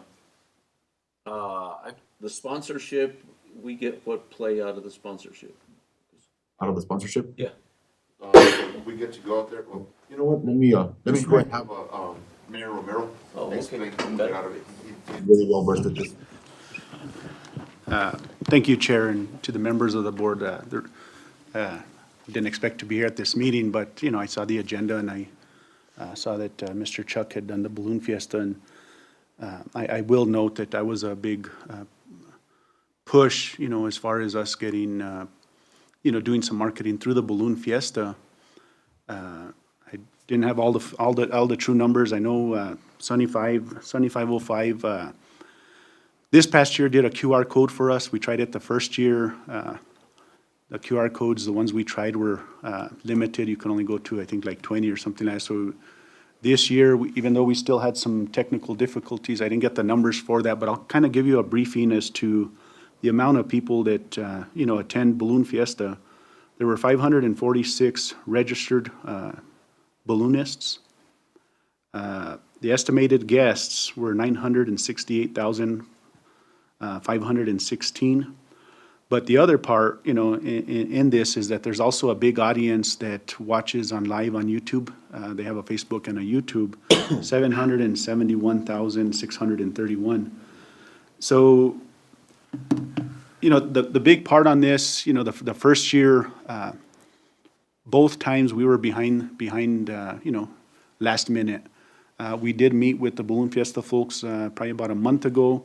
There's a lot of opportunity, even within the sponsorships that the city did not benefit from. The first year, I think we were able to put some of our materials into the bags of the balloonists and the RVists. These numbers aren't even counting those that are actually, they attend the Balloon Fiesta, they call them RV enthusiasts. And what they do is, they get each one of them that registers that, they put, packets of information based off of the sponsorship. So there's based off of all these numbers, that's how would I say this, is that the amount of people that hear about the city of Las Vegas, that visit the booth. I know this year we had we got the QR code. The problem that we had is the sun was hitting the QR code and we had to move it, and sometimes We had it actually down for a couple of days where the QR code wasn't going to the page. But all this stuff is stuff that, every year as we move forward, we're gonna continue to get. I'm a big number, Chairman, as far as number and data, right? Is it worth our value? And I'll tell you from our first year to our second year, this second year, as a matter of fact, it's even amazing, and we can get more of this information from the balloon fiesta. They were aware that our hotels during balloon fiesta saw an increase in overnight stays. So based off of the room rates that are in Albuquerque and Santa Fe, because that's where a lot of the target of these RVs are, they're starting to notice our room rates here in this part in Las Vegas are a lot cheaper, so they're staying here and just making, their day trip to Albuquerque. And, and based off of that, like I said, I'm a big part of this, of the idea of us promoting, and it all started off of, let's put a logo on a balloon, right? And I think, in speaking with Mr. Martinez, they had done it way back when. And, just the target number of people that will hit, it's amazing. And I offered my colleagues, on the council to go and just stay one day and see that even here in New Mexico, those that live in Las Cruces in some areas don't know about the city of Las Vegas. They pass by in because you can't see it right off the highway. I know it's making a big impact. The first year, I think we probably turned around not turned around. But what we noticed is that these RV enthusiasts they'll plan 2-3 weeks. And then what happens is that they have days that are open. So we've been able to target, those that even tour buses. Tour bus is a completely different angle that, of course, we're gonna work on, but they have days in between. So if you're there at the right time, there was one tour bus specifically that was gonna head down south to Silver City, but went to the booth and they brought that bus over here. In speaking with the restaurants, with some of the restaurants, they were like, after the first year, like, I don't know why last October we were busy. Well, I believe that, honestly, I believe that was because we were showing a presentation at the Balloon Fiesta. And there's so much more that we can do. In speaking with Herrera coaches and some of these other ones that this year, because we're trying to get on top of it, is we want to get some of those guys and some of the tour buses to actually stop, spend a night, because now's the time is when Stephanie Prendergast told us is that all these tour groups are scheduling their tours, right? So they'll stop here for one day and then eventually they end up at Balloon Fiesta. So, I'm based off of the publicity that we get, there was a difference from the first year to the second year. The second year, because we were so late, literally so late, there was some opportunities that we lost out versus what we had the first year. The first year, we were on the big video board, imagine 200, 300,000 people, and there's a video coming out about the city of Las Vegas. The other part that we didn't get to do and that we're working on it, again, staying ahead of the curve, is doing on this live, is actually the city of Las Vegas sitting and doing a presentation, an interview with the Balloon Fiesta live channel. So there's a lot of opportunity that we've gained from it, but there's also some that we haven't taken advantage of. What we did ask this year, based off of the same basically sponsorship, is we've asked for a bigger booth, and that's the reason for that bigger booth is to, the booth size that we had was a 10 by 10. We're asking for a 20 by 10. And in that is to invite the chamber and some of these other organizations and let them kind of put up, we're looking at it big, is put a TV screen, because it gets so busy that even with 4 guys manning the booth, that you can't talk to everybody. But if you put a TV screen with the video and all this stuff on, then, they could watch the video while you're tending and, talking. 4 people can't talk to the 100 of people that are waiting in line, you know what I mean? And so we're looking at other ways to take advantage of that, to continue to market. I'll be honest, Sunny 505, and I wasn't here for the presentation, but I'm not too happy with him. That's why I asked that, that Mr. Marquez bring him to you guys and also to the council, because, there's a lot, I hate to say this, but a lot of expectations that I have that I don't think that are being met by Sunny 505. but we'll continue, we'll put pressure on them, and that's what they're for. They work for us and not the other way around. So I just, in Balloon Fiesta, and we'll get more data. I know this wasn't just kind of like an introduction to it and what we're gonna request, but, we'll have more and more numbers, and I'm telling you, if you based off the amount of people this is hitting, and how it's starting to take, effect here in October when, as you know, Mr. Bakta, that October's a slow month typically, but if we take advantage of, of that time and get some of those individuals to come here and stay here and visit here, we'll start to see the bigger impact. So. Yeah, and look, from the hotel standpoint, and you see it, in the past, we haven't taken advantage of, we talk about New Mexico True and working together with the marketing, but I mean, to not participate, there's no other event that's drawing 1 million people from around the world. And she For us, gave us bigger numbers. That was well over 1 million, but because of what they could count, that's. and we weren't taking advantage of that captured audience, we said last year that these are the first steps to doing that. And then with the tours and so on, look, the way they choose it, because I mean, look, it's really expensive. Those hotel rooms for at $300-400 and up a night during the week, the families have to choose. A lot of times they're choosing those those weekends. Those are the most expensive ones because they have the Glodio and so on.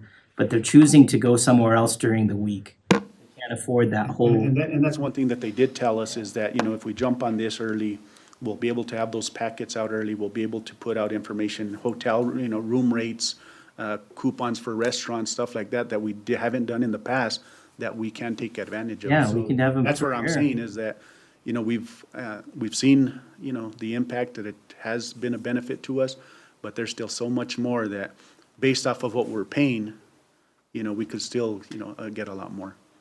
That's why look, Taos has their balloon event right to piggyback right off of it, and we had some of those things. But if we give them more interest, and we can even coordinate with Taos, but there's more interest right off of the coattails of the balloon fiesta, of adventuring up and out of here. Because even those 600 vendors, the balloonists, if we give them more opportunity here, you're growing 2 events, and this turns into a northern.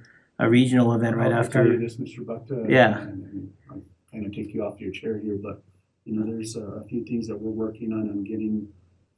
Last year we sponsored the Globitos, which is the miniature balloons that are RC controlled. Yeah.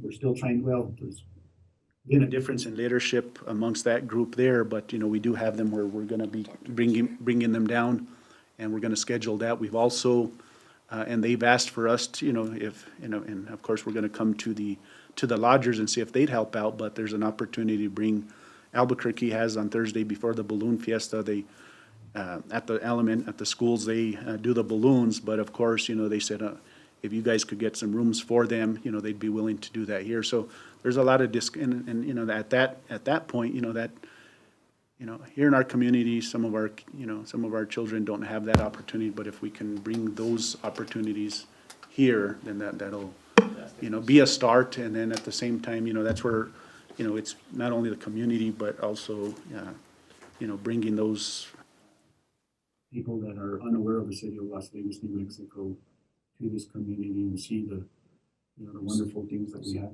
Mr. Mayor, that's actually thinking about like bringing actual balloons to the town and. The first part is the small ones, Yeah. we have, and I think there's 600, I believe. Yeah. So that's the first part. And then But later there's a make it bigger bigger. part of, That's once we start that, and, I know we could, show that, our community is willing to, That'd be a fantastic idea. support some of this stuff, then I know we could do that.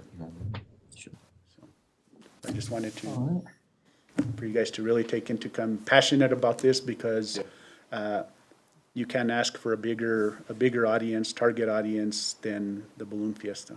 I mean, Kodak and all these ones have made themselves because of Balloon Fiesta. And, Those are some iconic images. yeah.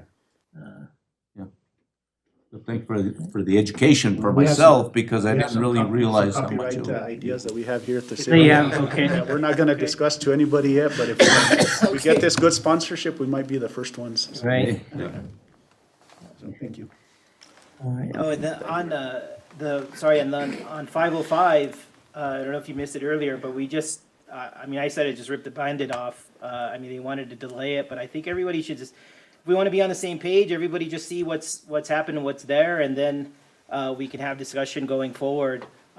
Everybody gets to voice how they feel, and then we can, but as of now, you just kind of, some of us are in the dark or however very racist, but if we don't all talk about it, we don't know what direction, and we'll just be delaying the time to where the inevitable of what have we been doing. Yeah, just so we have an answer of what we've been doing, and then we can, hopefully, with lodger's tax could be more in the loop as far as the 505 going forward. All right. Thank you, Mayor. Appreciate Mayor. Appreciate you standing up and helping us out there, Mayor. Thank you. That was basically it for the Balloon Fiesta, Chair and Board. Okay. We just wanted to see if we could get permission from you to go ahead and apply early. We got our answer. We appreciate you guys, and we're gonna go ahead and get that application processed. And let's see, so we, upcoming events? Upcoming events, right now, We have, are you talking about the biker rally or are you talking about? general? I'm not sure, well, the Well, I bike think- rally's right after that, so I've got, Right. it's on the discussion item of right after Bloom Fiesta of upcoming events. I think what Brooke meant by upcoming events was to go ahead and talk about the application deadlines and stuff like that. So Okay. I kind of already explained myself with you guys on it, but I could do it again if you'd like for me to go through it one more time. These are the dates, right? Yes, sir. Those are the dates. We're gonna be having them That's on. what we wanted all along, so. Yeah, yeah, and there's, Do we need to vote on this next meeting? you know what, maybe we should vote on it. As an action item, Action item next I know meeting. you've already, Put it through, but just if they want it official, Yeah, we could put it as an action item to approve. I think that's a great idea. I think we can make it official, on the 15th. Go ahead and say these will be our deadlines from here on out, and it'll give a lot of these people that have these events coming up plenty Yeah. of time to plan their events out. and I did see, I mean, look, for as far as, I mean, it was more visible to me. Anyways, I mean, I saw the optic as far as City of Las Vegas requests, action from, so hopefully a lot of people say that, and I'll just repeat again, whenever we have these dates, and now that are inclined as many times as we could shoot it out to the optic or anywhere else we need to, so that it can't be said that we haven't seen, Oh, yeah. said dates and so on. Yeah, we've been advertising in the optic now, starting, when did we start out, Brooke? Since December. Since December, we've had it out that, we're accepting applications. We're gonna hit it out the website too, the city website, we're gonna put out there. Already on Is it already on the website? the Las Vegas, Mexico site. It's, Brooke's a step ahead of me. There you go. So I was actually gonna ask Chuck tomorrow. He's going on the radio, so I was gonna ask him if he could announce it on there. And we did the last deadline.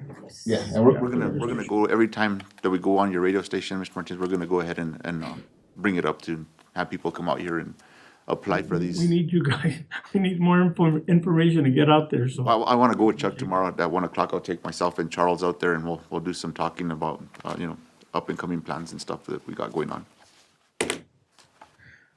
All right, so it looks like I think we took care of two things then, we took care of community and application deadlines, correct?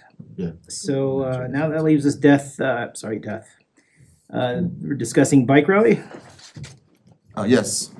So, we just want to let you guys know that, I believe the biker rally is gonna be coming back into the city. We're excited for it, we're happy for it, and we want to reach out to these, individuals and have them again apply.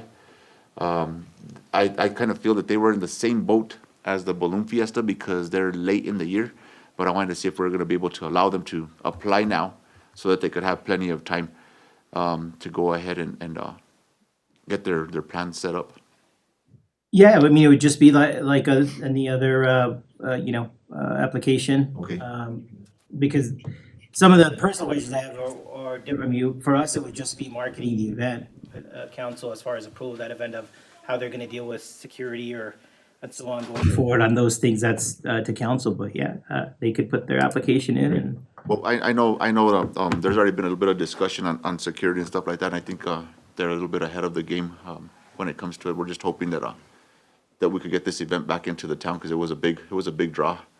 It was. It's a missing weekend. Yeah, I mean, yes, it's in July, but it's something that I thought I mean, how many years had we had it until it? Yeah, it had been running strong for the past, I think, what, like, was it 12 or 18 years, something like that? But if scheduled in the right way, I think it was a good event. And along that lines of biker rallies, we do have another person that's been interested in our community. He's been reaching out to us. He's just, the weather hasn't allowed him to come out here and finish up what he wants to be doing, but, they've been GPSing the properties behind Rodriguez baseball park. He wants to go ahead and perform or conduct a dirt bike racing event. If it's successful and he feels that it's going to be every event that he's had at least 450 entrants as far as racers. So he figured every racer is going to have a team or a family that comes with them. So try to put some more events on for this. So he's going to be applying as well. We're ready for him. We just want to bring them all to you guys and see what we got. Been trying to push for more. We're still trying to push for more and get the word out there as much as we can. Right, yeah, just encouraging, I mean, whoever says to be aware of the deadlines and get it on early. It's never too early. Well, that's what we're trying to get out to the public is that, look, you've got an event, start early so we can help. I mean, to me, that's the easiest way to help develop. We've had events, I mean, look, I think last year, we had some opportunities. I know it was in the gaps, but it came last minute. I think it was a racquetball tournament. I know we could have done more. But if we start early, we can come up with ideas or that it could be hashed out on how this, can be developed into an event that happens every year. I'm not sure if we're having racquetball again. I mean, if they are, we're gonna try to jump ahead of it. Me and Chuck have been discussing this. We don't wanna be behind the 8 ball when we come to you guys with these things. We wanna be months ahead. So when we present to council, they're confident that there's gonna be a successful event that's happening. Mr. Chair, I just want to go back 1 second and just give a brief history of the motorcycle rally. It was actually a chamber event. We funded the first few years. Elmer brought the idea to us, and we weren't going to say no to the guy in charge of community development. Yeah. So what it boiled down to, it became an event, and a lot of people didn't realize, that the owners and the folks that come to those events aren't just from gangs. We're talking, professional people from all walks of life that come to these events. And, and I think the community's been very welcoming. I think that's one thing. Number two, I think we've had some very safe events. Anything can happen at any time. We'll always hope for the best. But I really believe, I know for many years you couldn't find a room in this town because, they were looking for relatives, friends, anywhere they could stay during the event because it was just one of those things where. And then I think it was coordinated so it could be on the way to Sturgis. It wasn't one of those things where it was all tied into one big event. So, but I do want to let people know that the Chamber of Commerce ran the bike rally, and we did all the marketing for them for the event. And I think you were there back then. I was there, yeah, I recall So that happening. just to give you guys an idea, it's not just what you guys think that this thing is. It's an event for the community, and the community gets involved. You could tell, you have a warm day in this town, just start counting the bikes. And you did it. It wasn't just. You had, especially. For some of the earlier events. You had doctors, you had lawyers. You just couldn't do them. They'll come in full gear and so on. But these are professionals. But I think, it was the right mix of the right marketing and the right events, and within the schedule, if they're going somewhere, we were getting the right crowd. Yeah. Where it didn't turn into a situation where we were attracting the gang crowd that would hop, that they're organized enough to hop from one spot to the other. We were getting, regular people. Yeah. So as the hotels, we had some good years and we had some bad years, but we, experienced the really good ones, and it could be a really great event. As far as heads and beds, it's right up there with Fiesta. It's something that we probably shouldn't lose, and hopefully there's a team. And the degradation that I saw is slowly the group that was in charge with it slowly fell away. I know Elmer was the first started, but the group, that organizational group slowly fell away, and there was a vacuum for a little bit. and then they came back, and then you ran smack into COVID. So hopefully this group that is organizing it now is in a good place and solid. And at that time, I mean, they were coming up with solid avenues of advertising, whether it was a magazine where the right people were looking at those magazines and seeing us on the schedule. Again, those are some of the examples of if they did it right, we get the right clientele. I mean, meeting bikers in here, and so we have less concerns as far as security and so on for these events. We could have this event with the right people if we have some of those things in mind. But Sure. all right, if there's not any other discussion, I will entertain a motion to adjourn. So move. All right, roll call. Martinez. I think I better go home, yes. Estrada. Yes. Oliver Lesperance. Yes. Thank you, sir. Motion carries. Meeting adjourned.